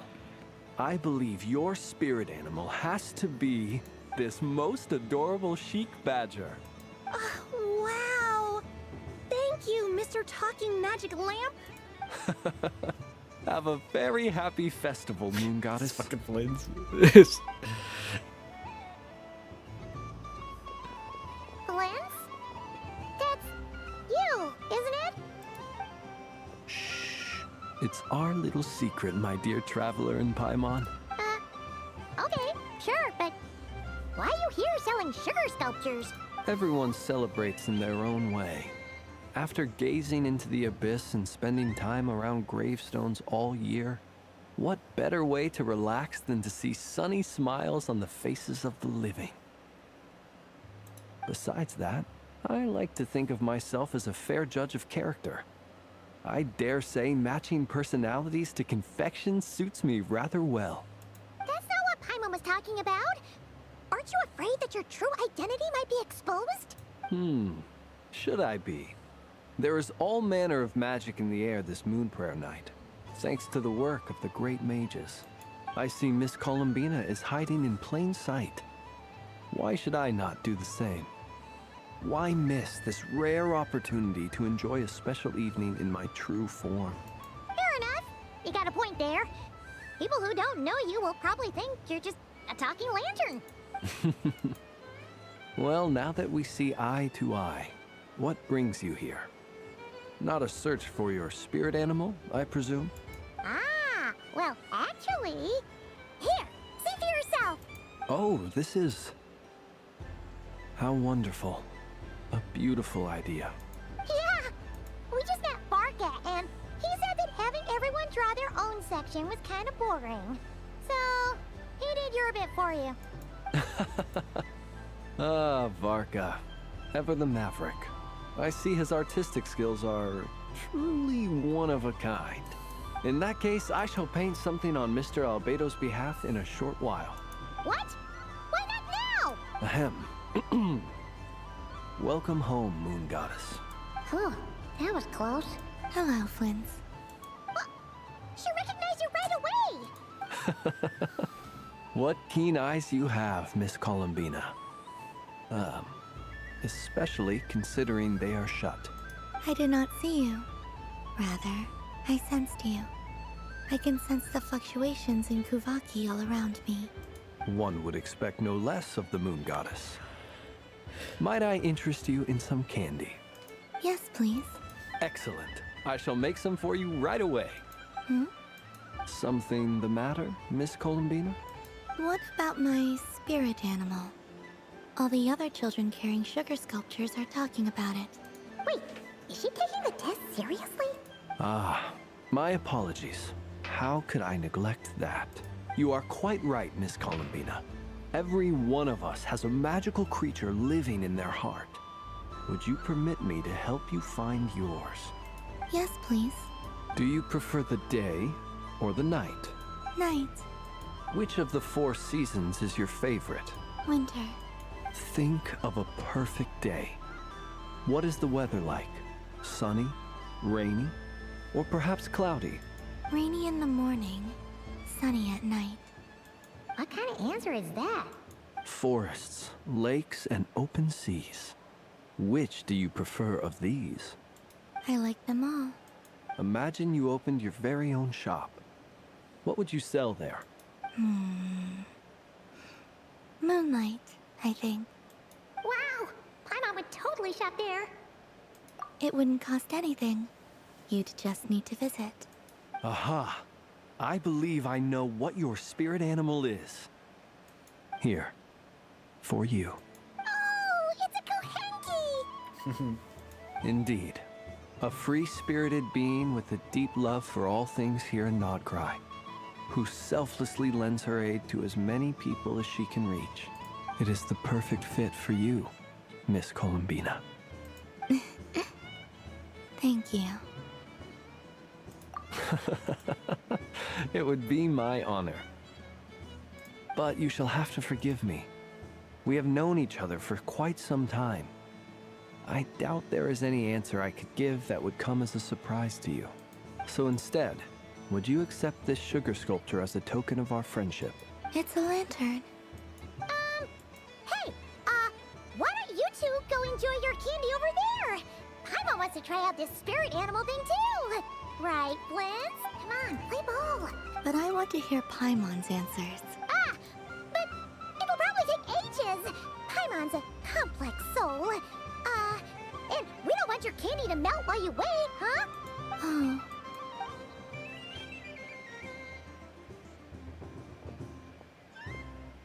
Phew. Nice excuse, Lady Paimon. That was some quick thinking. Yeah, no thanks to you. So how next time?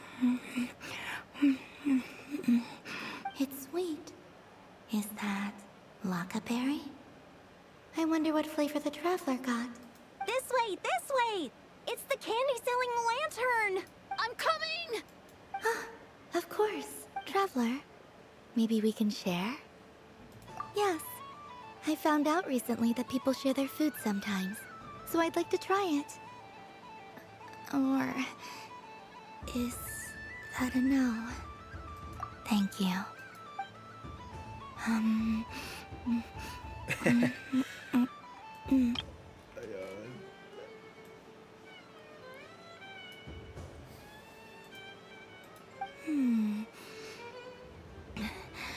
Yours is a little more sour than mine. Here, you try it. Are you sure? Amazing. My sugar sculpture has shrunk, yet my heart is filled with feelings of sweetness. I will remember this feeling. Sure.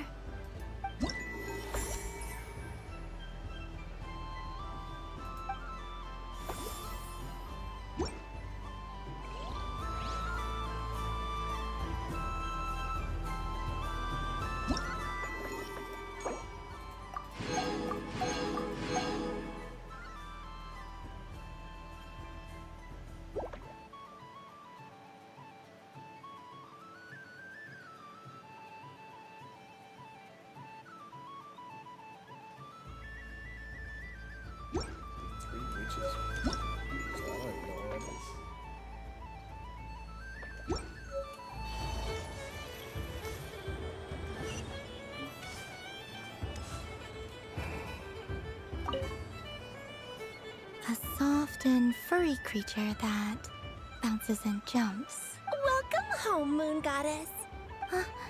This one talks too. Allow me to introduce myself. I am a Dodoko from a distant archipelago, the most mischievous of all my Dodo brothers and Dodo sisters. When the going got tough, I powered through, and when I met obstacles, I boomed them away. That sounds like a lot of fun. Doesn't it just? Oh, but then the trouble started. Recently, I found a lovely beach, the same beautiful jelly color as my hometown, and so I dove in to have a look, only to find it overgrown with seagrass and nasty little spiky fish everywhere, looking to turn me into a Dodoko kebab. I made it back to shore by the skin of my teeth, but my tail was sorely hurt. Couldn't you just boom them away? Oh, I wanted to, believe me. But I've heard that you, Moon Goddess, can understand animal speech. The last thing I wanted was to cause a gigantic fuss and get taken to court by a school of spiky fish. I'd be driven out of these waters for good, and my winter holiday would be ruined. And so, dear Moon Goddess, I was wondering if you might lend me your allegiance. Are you roping me into a crime? Oh, let's call it a once-in-a-lifetime carefree adventure. Does that sound better? All the festival goers tonight are dressed up as the Moon Goddess, but there's nothing to say that the Moon Goddess can't disguise herself as a Dodoko, is there? Besides, this is your home. You should be free to be whoever you wish. I'm afraid I'm not well acquainted with Dodokos, Madam Mage. Oh, that's quite all right. We Dodokos are innocent, happy creatures with a free-spirited nature. Many, like myself, are mischievous troublemakers. Others are lazy souls who like nothing better than to lie down on a nice rock and take a nap. In our eyes, every creature who yearns for happiness and freedom is a Dodoko. But perhaps in yours, we Dodoko are a fluffier and more mischievous breed of Kuhenki? Yes, that is a much easier image to follow. Oh, wonderful! Then let's play! Grab onto my tail and follow me into the sea! Time to settle some scores with the bad guys!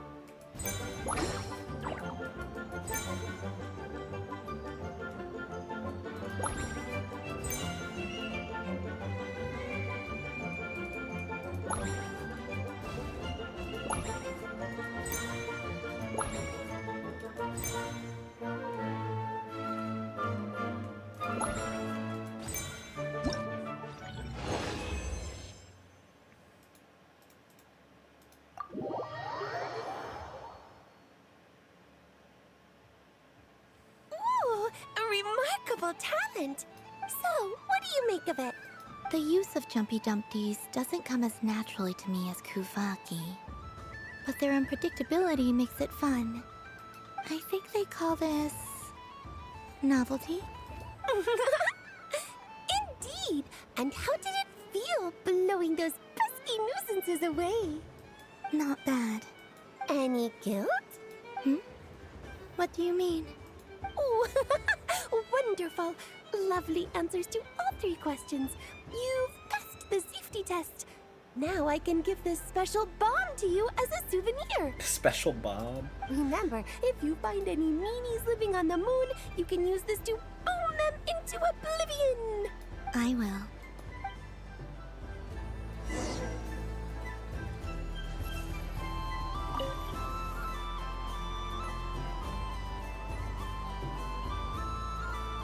I wouldn't say it's unfair, exactly. I mean, your voice goes right into people's heads. How would you explain that to the kids? You can't just explain it away as magic. Is something the matter? Ah, Miss Columbina! No, nothing you need to worry yourself about. Ah, impeccable timing. Stick around for a second, Miss Columbina. I need your input on something. This self-proclaimed Knight of Justice has yet to give me a satisfactory answer. I, for one, would like to hear your verdict on the matter. Hey, now, I left the flagship just to help you out, Miss Nicole. What's going on? So Alice and I are both using long-range remote control spells that work on similar principles, allowing us to attend this festive fair in Dodoko form. Sorry, let me backtrack a little. While similar, there are some key differences. Alice, being a great mage, wanted her Dodoko to reflect something of her own charm and mystique. So she adjusted the way its tail moves when it spins around. An entirely gratuitous move, in my opinion. I hardly see how anyone is going to notice that. If anything, I'd say that anyone who stares intently enough at a Dodoko's tail to notice such a small detail is someone we ought to be highly concerned about. I only say this to emphasize that my question has nothing to do with tails. Now that we're clear on that, why is Alice's Dodoko permitted to interact directly with the children celebrating Moon Prayer Night, while mine is not? Your voice speaks directly into people's minds. See? Exactly what I said. Miss Nicole? Ugh, I can't stand it. She just loves to yap. I know that probably makes me sound like a whiny child acting out in front of their parents. And it's a little embarrassing now that I think about it. The But hey, I said it now, I can't take it back. That would be even more embarrassing. Also, don't go reading too much into that analogy. It was off the top of my head. I'm actually an awful lot older than either of you. Miss Nicole, are you saying that you'd like someone to play the game you've prepared? I'm not so invested in that. It's just something cobbled together using items I borrowed from Alice. She probably didn't even make them herself. The point is, I want to know everyone's thoughts after they receive their prizes. But as you've said, I can't just ask. I've been biting my lip for so long, and I've had no one to vent my frustrations on. I thought this was going to be a nice, straightforward festival where I'd get the chance to guide people to treasure. Well, can I play? I can't guarantee that I'll win a prize, but... You will? I'd like to try. Then what are we waiting for? Let the game begin! It's like they forgot I was ever here.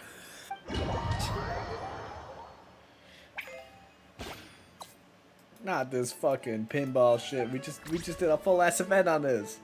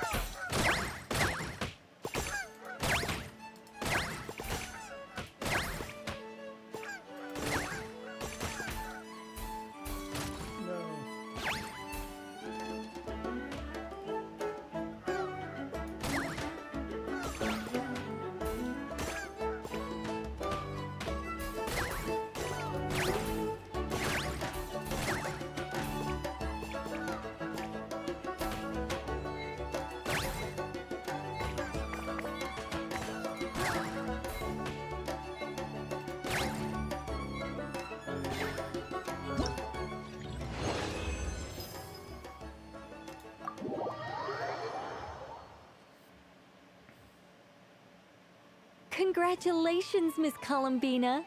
With your great wisdom, you have overcome every obstacle in your path and conquered the great challenge posed to you by fate. Fate? Well, something to that effect.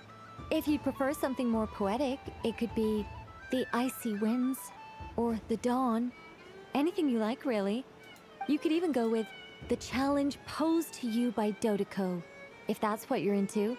Anyway, you can take or leave my suggestions. Moving on. All my hopes are now resting on this. Can I open it now? Stop teasing me. Please, I'm begging you. No more talk. Just open it. Wow. What a lovely sculpture. Classic and cute at the same time. Thank you, Miss Nicole. I'll always treasure it. Ah. There we go. Music to my ears. You have my sincerest gratitude, Miss Columbina. Thank you for sharing your precious time with me and fulfilling my wish. Don't mention it. You've all done much to help me. And still, I'm the one receiving all these gifts.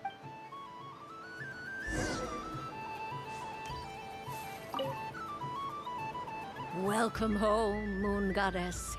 Oh, you're the genuine article. Alice was right. This Moon Prayer Night was worth watching after all. Another one that talks. Greetings. Pleased to make your acquaintance. I am the Hexenzirkel member they call B. Barbeloth Trismegistus. Columbina Hyposelenia. Pleased to meet you too. Hyposelenia. A fine name indeed. Now then, Miss Columbina, do you wish to hear a mage's divination? Divination. The Frost Moon Scions used to ask me what would happen in the future. Is this like that? From the perspective of the one seeking answers, perhaps. As you look to your journey ahead, if you seek to understand the unknown, resolve your doubts, and soothe the confusion in your heart, divination could be for you. The unknowns on my journey. Of course, if one wishes to peer into fate, then hydromancy is the more precise option. But that is a complex affair, and to relegate that majestic art to the status of a festive amusement would seem somewhat uncouth. Besides, it is sometimes better to not know fate with great certainty. Hence, I shall use the suitably festive Luna Arcana to tell your fortune instead. It is more popular with the youth in any case. Lunar Arcana. Indeed. Unlike hydromancy, this will only display possibilities and trends. People like to think of themselves as creatures of agency and free will. Peering too far and too clearly into the future is detrimental to both body and soul. I'd like to give it a try.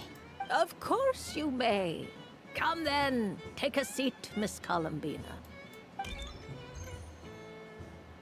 Before we begin, are there any specific questions you would like to ask? Let's stick to general possibilities and trends, like you suggested. Ah, very well. Then I shall use the basic Lunar Arcana deck. Now, try to relax. Cast your mind upon the things you have experienced and the things you are soon to experience. I will shuffle the deck. Would you like to cut the cards yourself? You do it. No problem.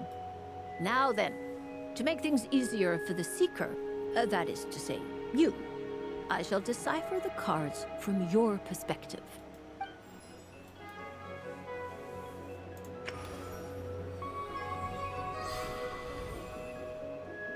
Please, draw the first Lunar Arcana. This represents destiny and is the foundation for the divination as a whole. Now, draw your second card. This will stand for the past, the sum of all your experiences that have come before. And now the third Arcana. This is the present, your interpretation of the current moment. Finally, the last card. This shall speak of the future, which... Oh. Kuvaki Pulse? Fascinating. I've never encountered this before in my role as a diviner. Something has exerted an influence upon this card, causing it to leave its designated position. What do you make of this, Miss Columbina? Perhaps this is the guiding hand of fate in action. Of course, if you wish, you can choose to deny the validity of this card and draw the future for yourself. No, it's fine. Let's go with this one. A bold decision. I must say I'm looking forward to the results. Well then, let us flip the Lunar Arcana in sequence and see what emerges. Sure. First, Destiny. No surprises here. The card that represents yours is the moon. The moon. Indeed. The moon can represent the truth at some times, but deception at others. False peace, destructive calamity, and the world-changing power that lies within. When the moon is placed on the destiny tile, it indicates that your destiny is not what it may appear on the surface. Instead, it may yet have a hidden side. It symbolizes a journey through the fog, fraught with uncertainty and deception. where one must face inner challenges head on. I don't understand. Patience, my dear. This is but the first card, which serves as a basis for the interpretations that follow. Our divination will only grow clearer from here on out. Now then, flip the second card, the one that speaks for the past. The Hermit, but inverted. Inverted? Yes. The Hermit symbolizes solitude, introspection, and the pursuit of truth. When combined with the moon as one's destiny, the Hermit inverted represents a choice you made to stand alone in the past. It was a choice made not out of fear or arrogance, but for reasons that others could not perceive. You fumbled through the darkness without a guide, but you did not find your way. Rather, you went astray. More than once, it would seem. Is this about how I became Kutar despite not wishing to become a god? And how I joined the Fatui because I yearned for a place to belong? I suspect only you know the answer to this question. All is not lost. The past is in the past, and so it shall remain. Shall we look into the present now? Oh my. The Lovers. One of the most interesting Luna Arcana. What does this one mean? This means that you have had an unprecedented emotional experience. The joy of finding your soul becoming intertwined with that of another. A precious and wonderful thing indeed. It's true. I've made a lot of friends recently, and they are very good to me. I like them a lot. That sounds lovely. I am most delighted for you.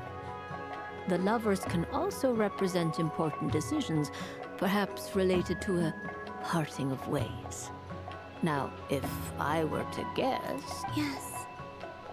I return to the moon. I understand. Parting with friends is never easy, Columbina. But rest assured, this is not the end of your journey. There is always another story waiting to be told. The future always lies ahead. The future. Well now, it's finally time to flip this most mysterious of cards. I'm ready. Very well. Flip this card and see what lie. Oh. Miss Barbeloth? What is it? This card is death. That doesn't sound very good. It depends on how we interpret it. It is true that it can represent an agonizing death, a complete and utter end, but at the same time, it can also represent rebirth. Do not forget that your destiny card is the moon. That lends your future many different potential meanings. If death spells the end, is it unavoidable? As I have said, divination can only display general trends. It is a rough guide, but it does not show predetermined outcomes. Allow me to summarize it for you. In the past, you may have lost your way, but now you have gained new connections. You now face an important decision. One that may bring about a great change in what is yet to be. This change might, in turn, be the end of all things, or their beginning. But remember, everything is subject to change because of the moon present in your destiny. You must see the truth clearly and face your innermost thoughts. The truth. My innermost thoughts. Thank you, Miss Barbeloth. Don't mention it. Some people dislike divinations, for fear of glimpsing an ending to their story that they wish was not so. But I can see that you're different. The result of this divination will not sway your decision. This is a rare quality, and one that diviners always hope to see in the seeker. We are here merely to guide, not to exert undue influence. I understand. Go then and illuminate your future, Miss Columbina. The moonlight that shines from you now is most captivating.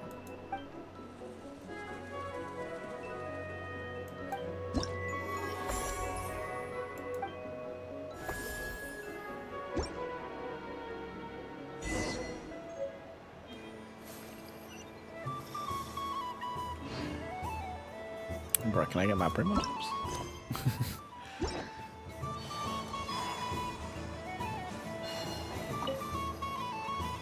Traveler. Hey there, Columbina! Are you done checking out the festive amusements already? Are you sure you don't want to look around some more? You might not get another opportunity like this for a while. Right now, what I'd like to do is...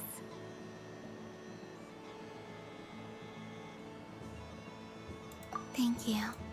But I think I've had enough fun for one night. I've made plenty of precious memories. Really? You're sure you don't want to have a little more fun out there? Yes.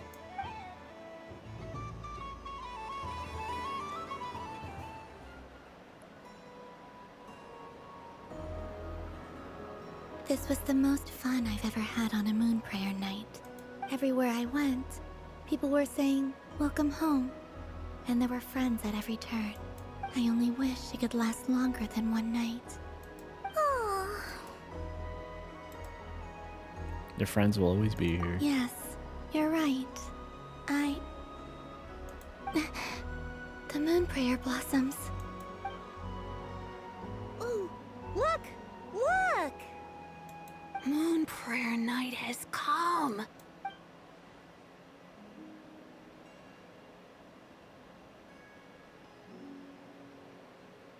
The moon. It's so beautiful. Happy Moon Prayer Night, dear. Happy Moon Prayer Night. Happy Moon Prayer Night.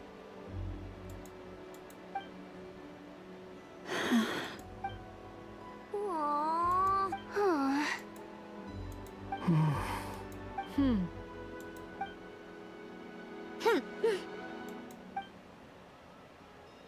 Time flies when you're having fun. Oh, looks like the time has come.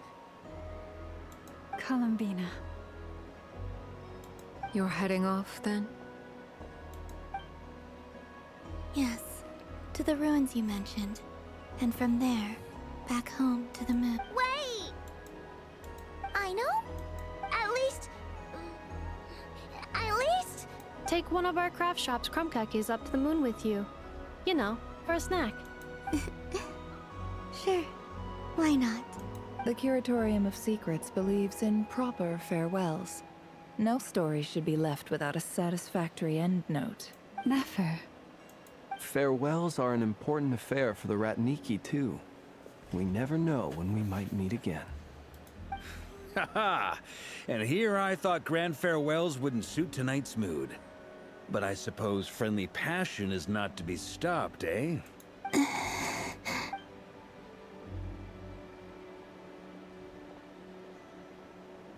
We made a little something for you, Columbina. Ta-da! What is it? A Moon Prayer Night greeting card. Oh. With drawings by all of your friends.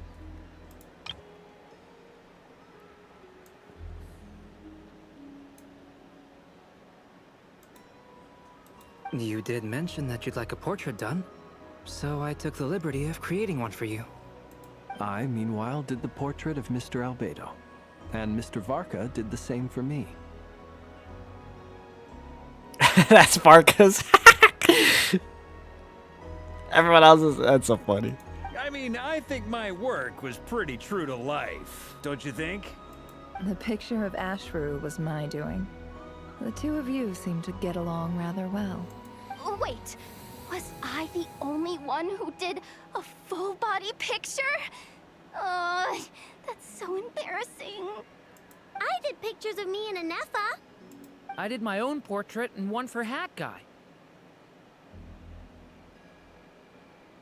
Where are they?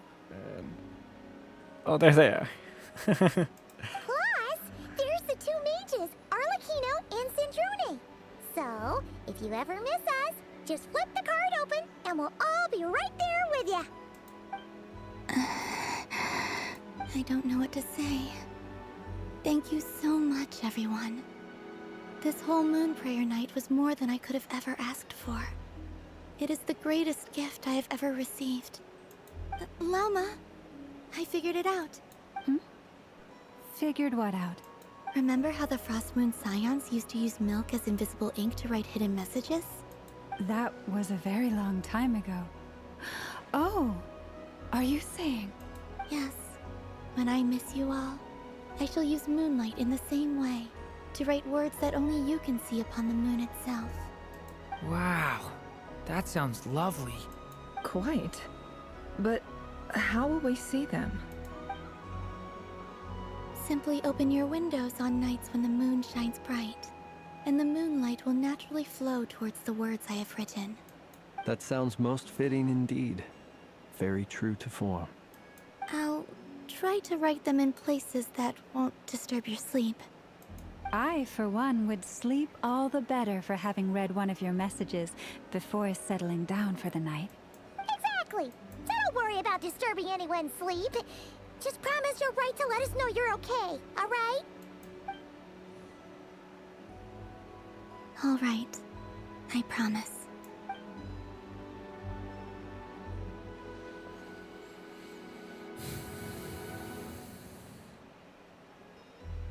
In that case, Columbina. I'm ready. Very well. Let's go.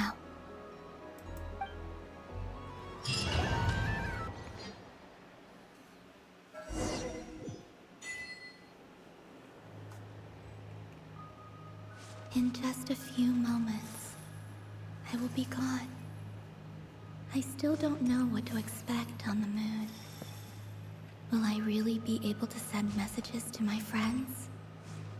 The Kuhenki, the animals of Not Krai. I'll never get to see them again. I wonder where I'll be when the next Moon Prayer Night comes.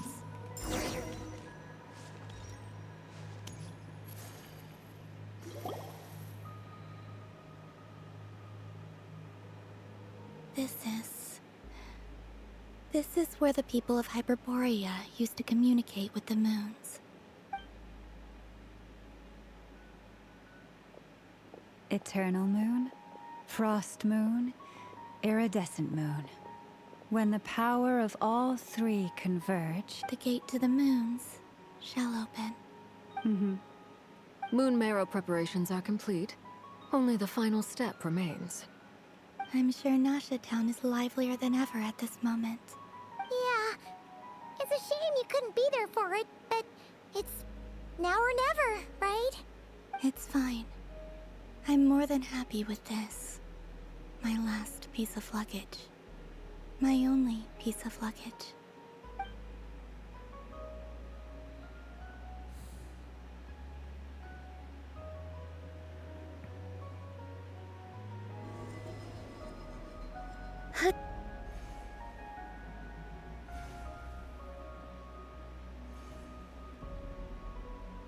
I can already feel the moon calling to me.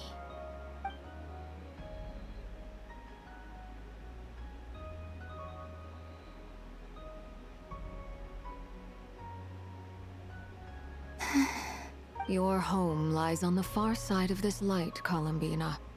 From now on, we will at last have a reason to pray to the true moon.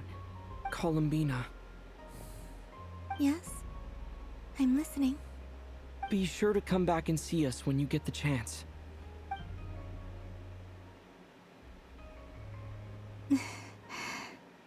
Of course. But if that chance doesn't come, then remember that you have friends on this planet. People who will miss Columbina. Yes, I will. Thank you for everything you've done for me. And remember, come night or day, the moonlight shall always connect us. Well then, farewell, my friends.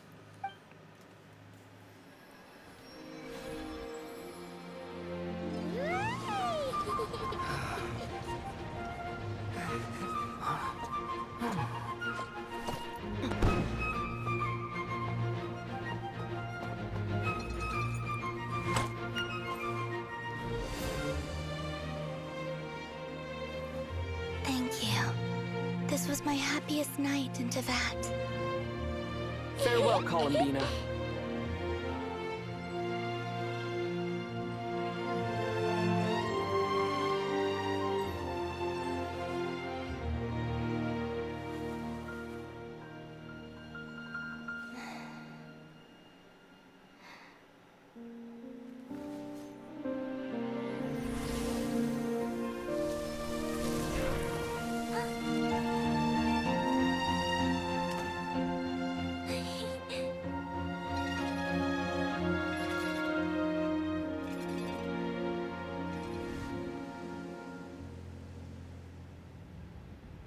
The moon really is closer than ever tonight.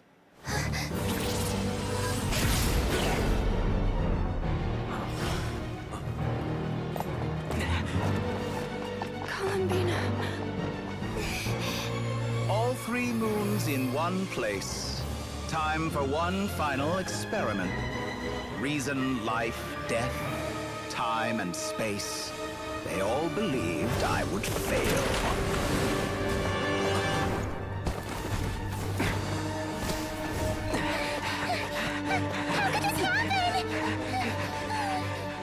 But Tevat's primordial power never did belong to the throne of heaven.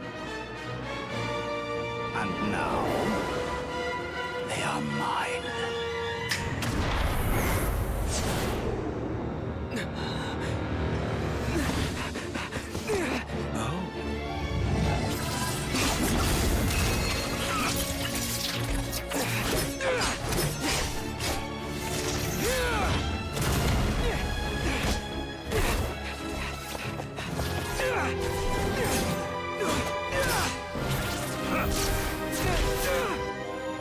No, as long as I'm here. The Doctor is free to wield the 3 moons' power.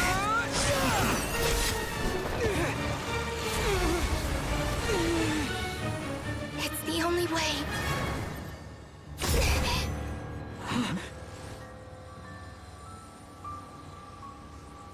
I guess I won't be going home today. Columbina!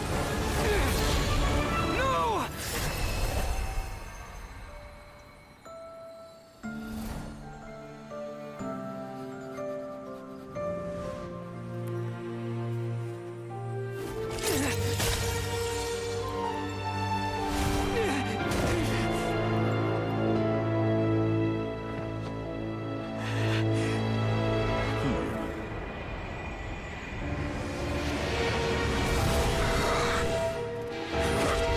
Stubborn world, do not try to control me.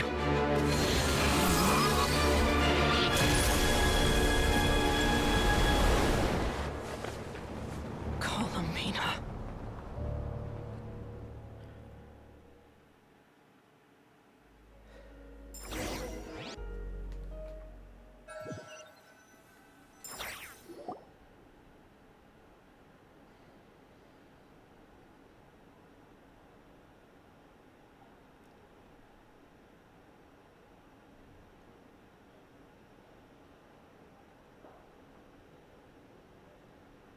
Are you all right? Do your wounds still hurt? I had someone prepare a little medicine that could prove effective. Take it if you need to. In that case, let me relate the contents of the call we made to Alice after the incident occurred. that Dottore is a crafty one. He distracted the Hexenzirkel by creating a huge fuss at Tevat's borders. I'd assumed that the cause was an abyssal intrusion from the outside world, which in fairness is a rather common occurrence. But after learning that you managed to influence the phantoms in Nordkrai, I realized that perhaps this interference could have come from within Tevat instead. But we weren't able to change their fates. True, you couldn't change how their stories ended, but you did build some variables around yourself. Variables? Yes. Things you heard that you could not otherwise have learned. Ideas that would otherwise have never crossed your mind. All these things are variables. Of course, most variables usually pale into insignificance with the myriad of possibilities floating around. But the moment you start treating them as building blocks and intentionally stacking them, that changes things. That's what Dottore did, and it's how he created the necessary conditions so that when you activated the portal tonight, it played right into his plan. However, we have no way of knowing exactly what he did. Yeah, we also need to ascertain Columbina's status. And that about sums it up. As I suspected, Dottore has disappeared completely. If it's any consolation, he wasn't able to control Columbina as he might have wished to. Oh no! What? She did what? All we saw was Dottore appeared and used some kind of power. The next thing we knew, he and Columbina were gone and you were falling into the sea.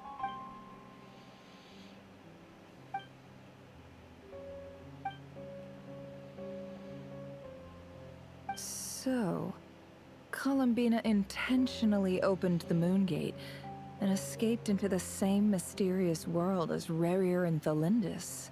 Sounds like bad news.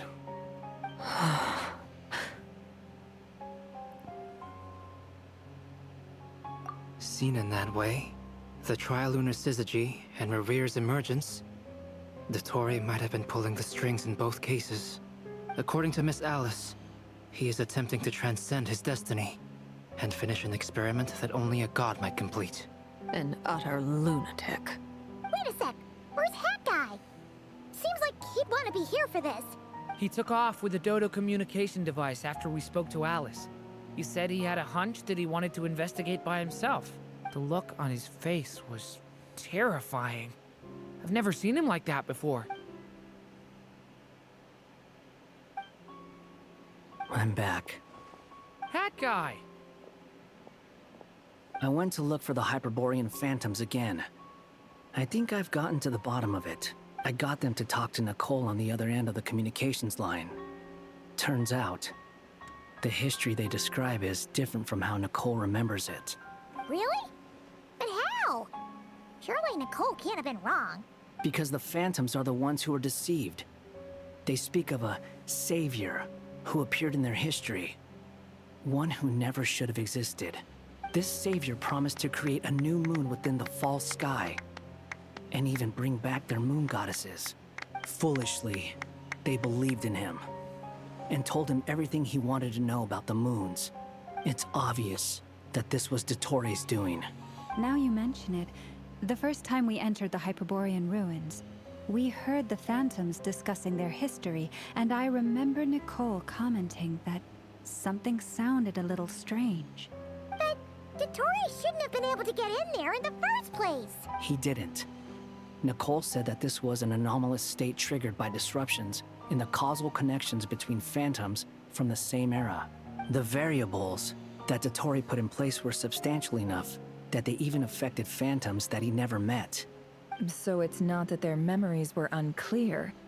They'd been tampered with. That's exactly the possibility Dottore was trying to manufacture. He turned these variables into knowledge and engineered the situation so all that knowledge would fall into his hands. Then, he harnessed that knowledge on Moon Prayer Night to truly create a false moon. How is that even possible? To be precise, he exploited a weakness in the way the spell works. The spell senses Kuvaki to detect the moon's location. So, as long as the false moon more strongly resembled the moon than the frost moon beyond the skies, the gate would teleport Columbina to the false moon's location. In other words, to Dottores' side. Once he had her under control, the teleportation spell remained active, and he manipulated her power to seize both moon marrows. At that moment, the moon marrows disappeared right before our eyes. It was already too late, even as we were leaving the ruins. By then, Dottore had already amassed the power of all 3 moons. So, where does that leave us? What do we do now? I'd certainly like to know what Her Majesty thinks, now that the concerns I expressed to her have come to pass. But we cannot simply sit and wait for her to decide the matter. And in any case, it is not the Fatui Harbinger Damselette who sees us as her friends, but rather Columbina Hyposelenia. If, even in such extreme circumstances, Her Majesty will not lift the prohibition on Harbingers drawing steel against one another, then I will do as my heart demands. I will fight as Peruware instead. Arlecchino! Time is short, so I'll make the first move.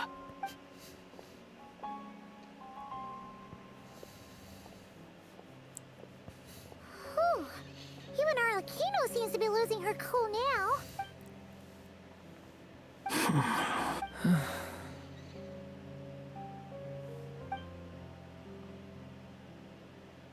All right.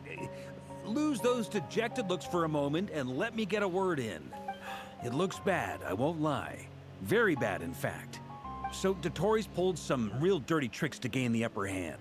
For now. And yeah, it's to the point where even the mages say that his variables have affected destiny. I'm not so sure, though. Many have told me that Tevat's destiny is fixed.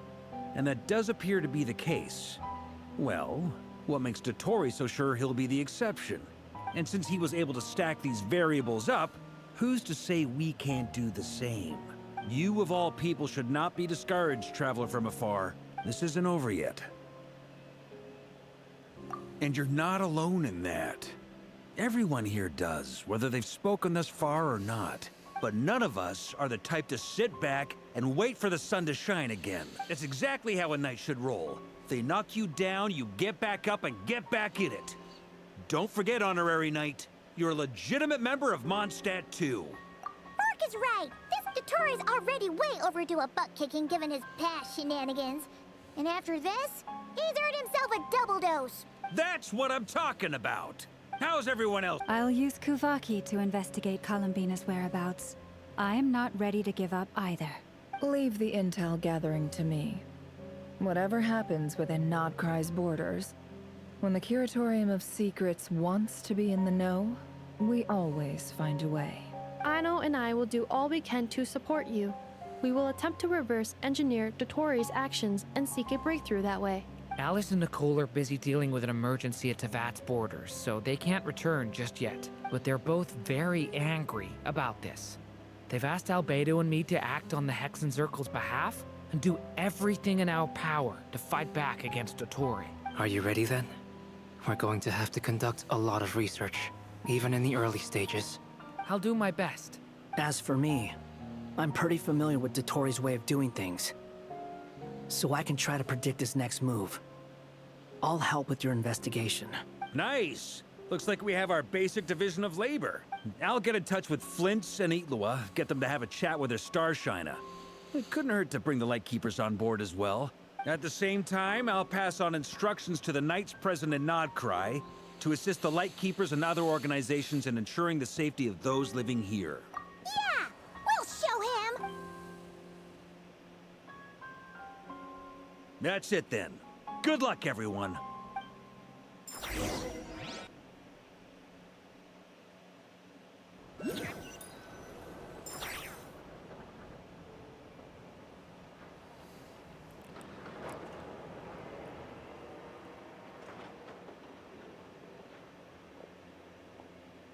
I never thought that Columbina would become my real name. It went from being a Fatui code name to something my friends call me. And remember, come night or day, the moonlight shall always connect us.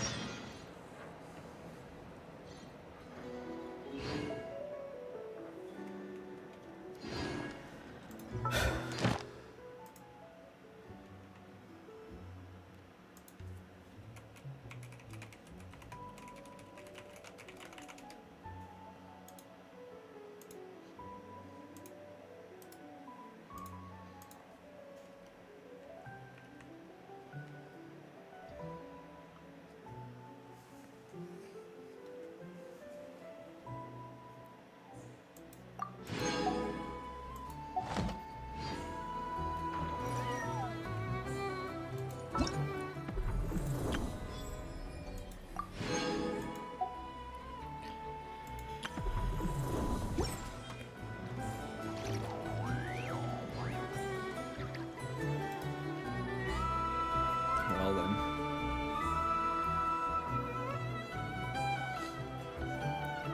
That was the story.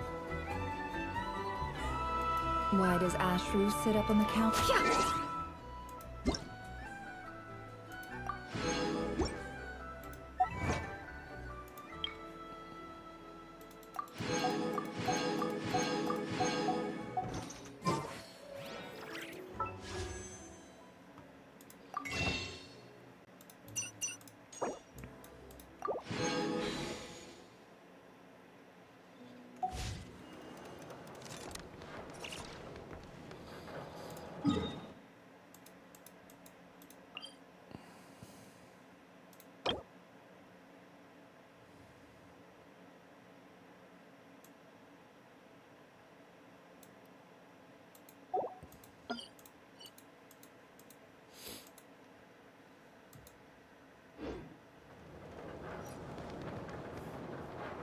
The silence in this game right now is like killing me.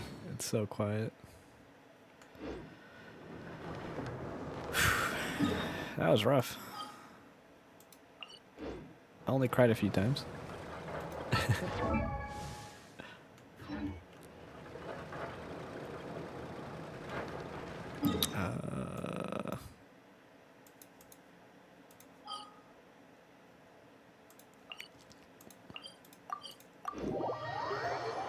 At least I can go to Nodcry again. Should I do these character posts, this thing?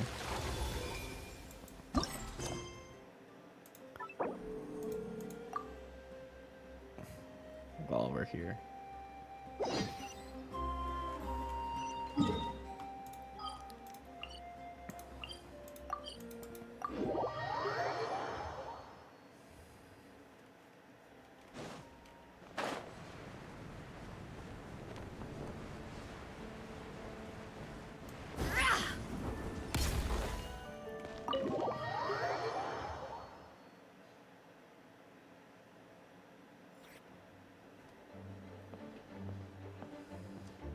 Whoa! This is way too many books! Considering this library organizing job is classified as a premium commission, I'm on key mentally prepared, you know? But seeing it in person is something else. Why, if it isn't Cutie and Paimon. What brings you back to Mondstadt? I'm gonna grab my food quickly. I'll be right back.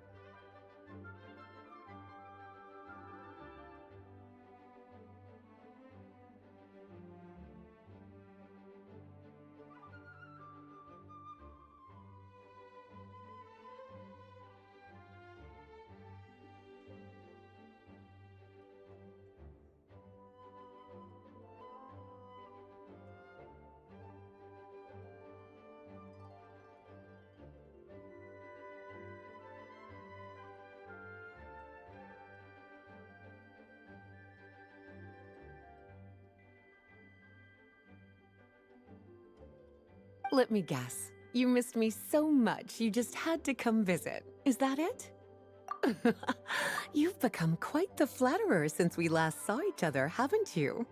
Found you! We were starting to think you weren't clocking in today. Well, I wasn't planning to. But then, Catherine mentioned someone had finally accepted an important commission for the library. So I came to check on things. Might you both be here for that very commission by any chance? Ah, music to my ears. Now, as you can see, a certain anonymous benefactor has donated a large amount of books to us.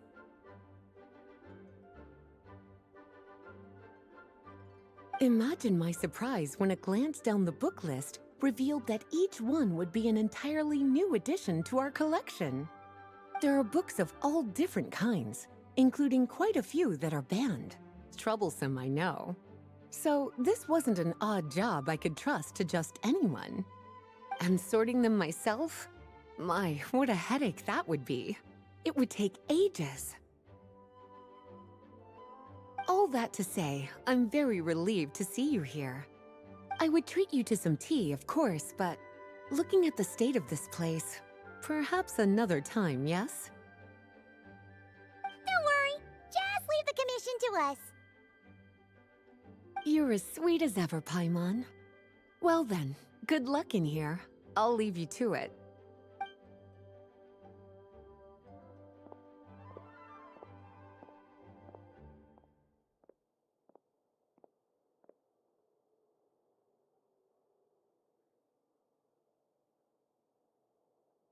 Finally! We made it to the last stack! What even are some of these books? A Hilichurl's Guide to Running for Your Life? Do Hilichurls even read? Oh, and Basics of Whopper Flower Cultivation. Who'd grow one of those, anyway? And what's this one? The Little Witch's Dictionary? Huh. That title's kind of suspicious.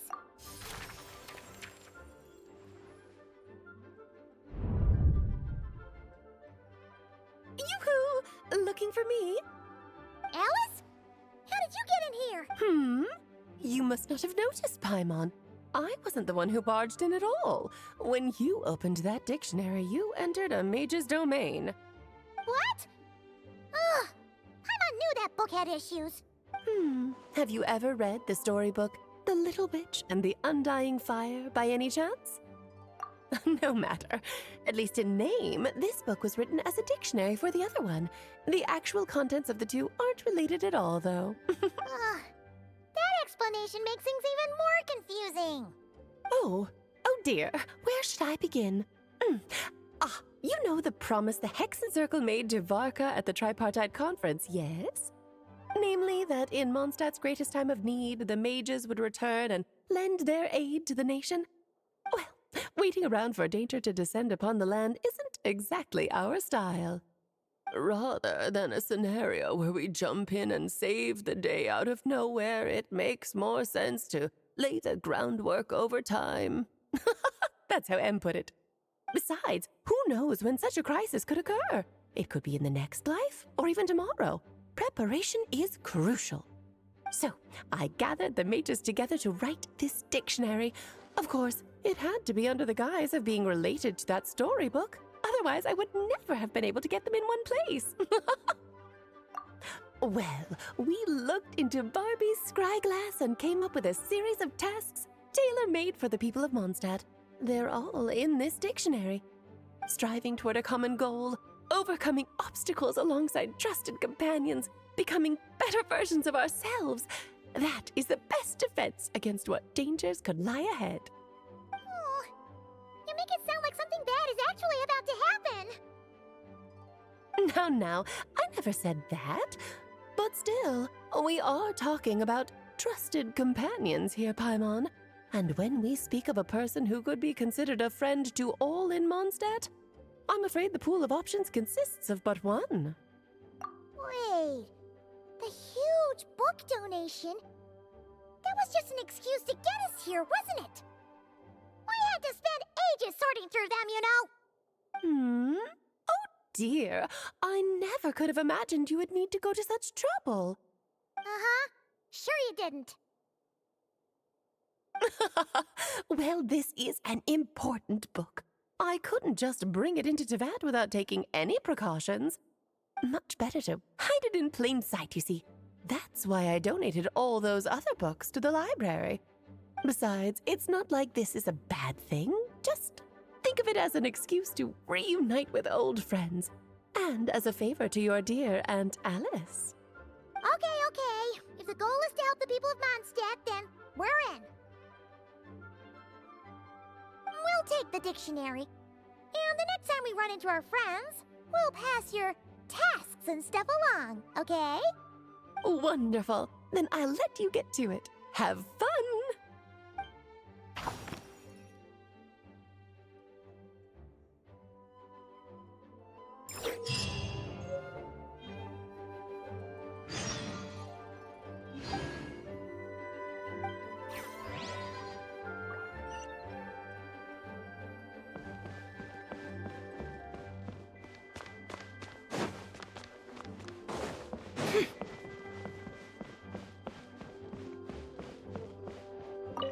Oh, you finished sorting already?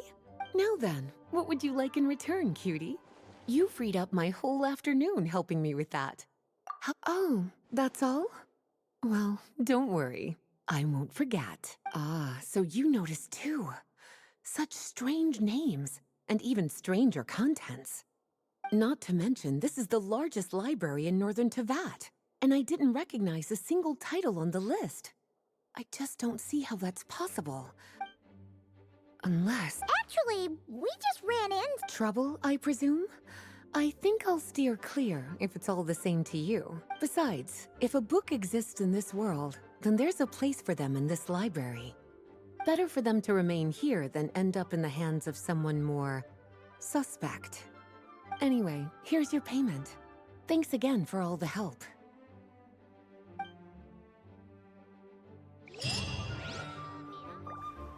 Aye, Captain.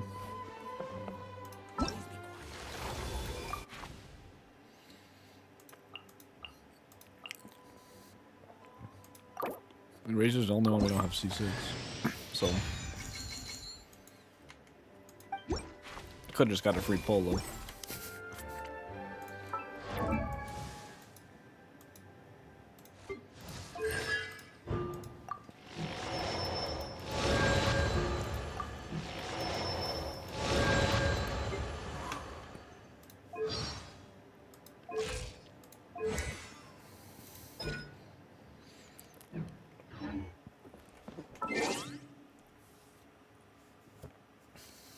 Okay, I'm done streaming. I did Dark Conquest. I did the intro to this quest. Next week, I'm gonna do Durin's story quest. Let me unlock it right now. Oh, I guess I don't need to unlock it. But I'm gonna be doing Durin's story quest next week. So you can look forward to that next Sunday night.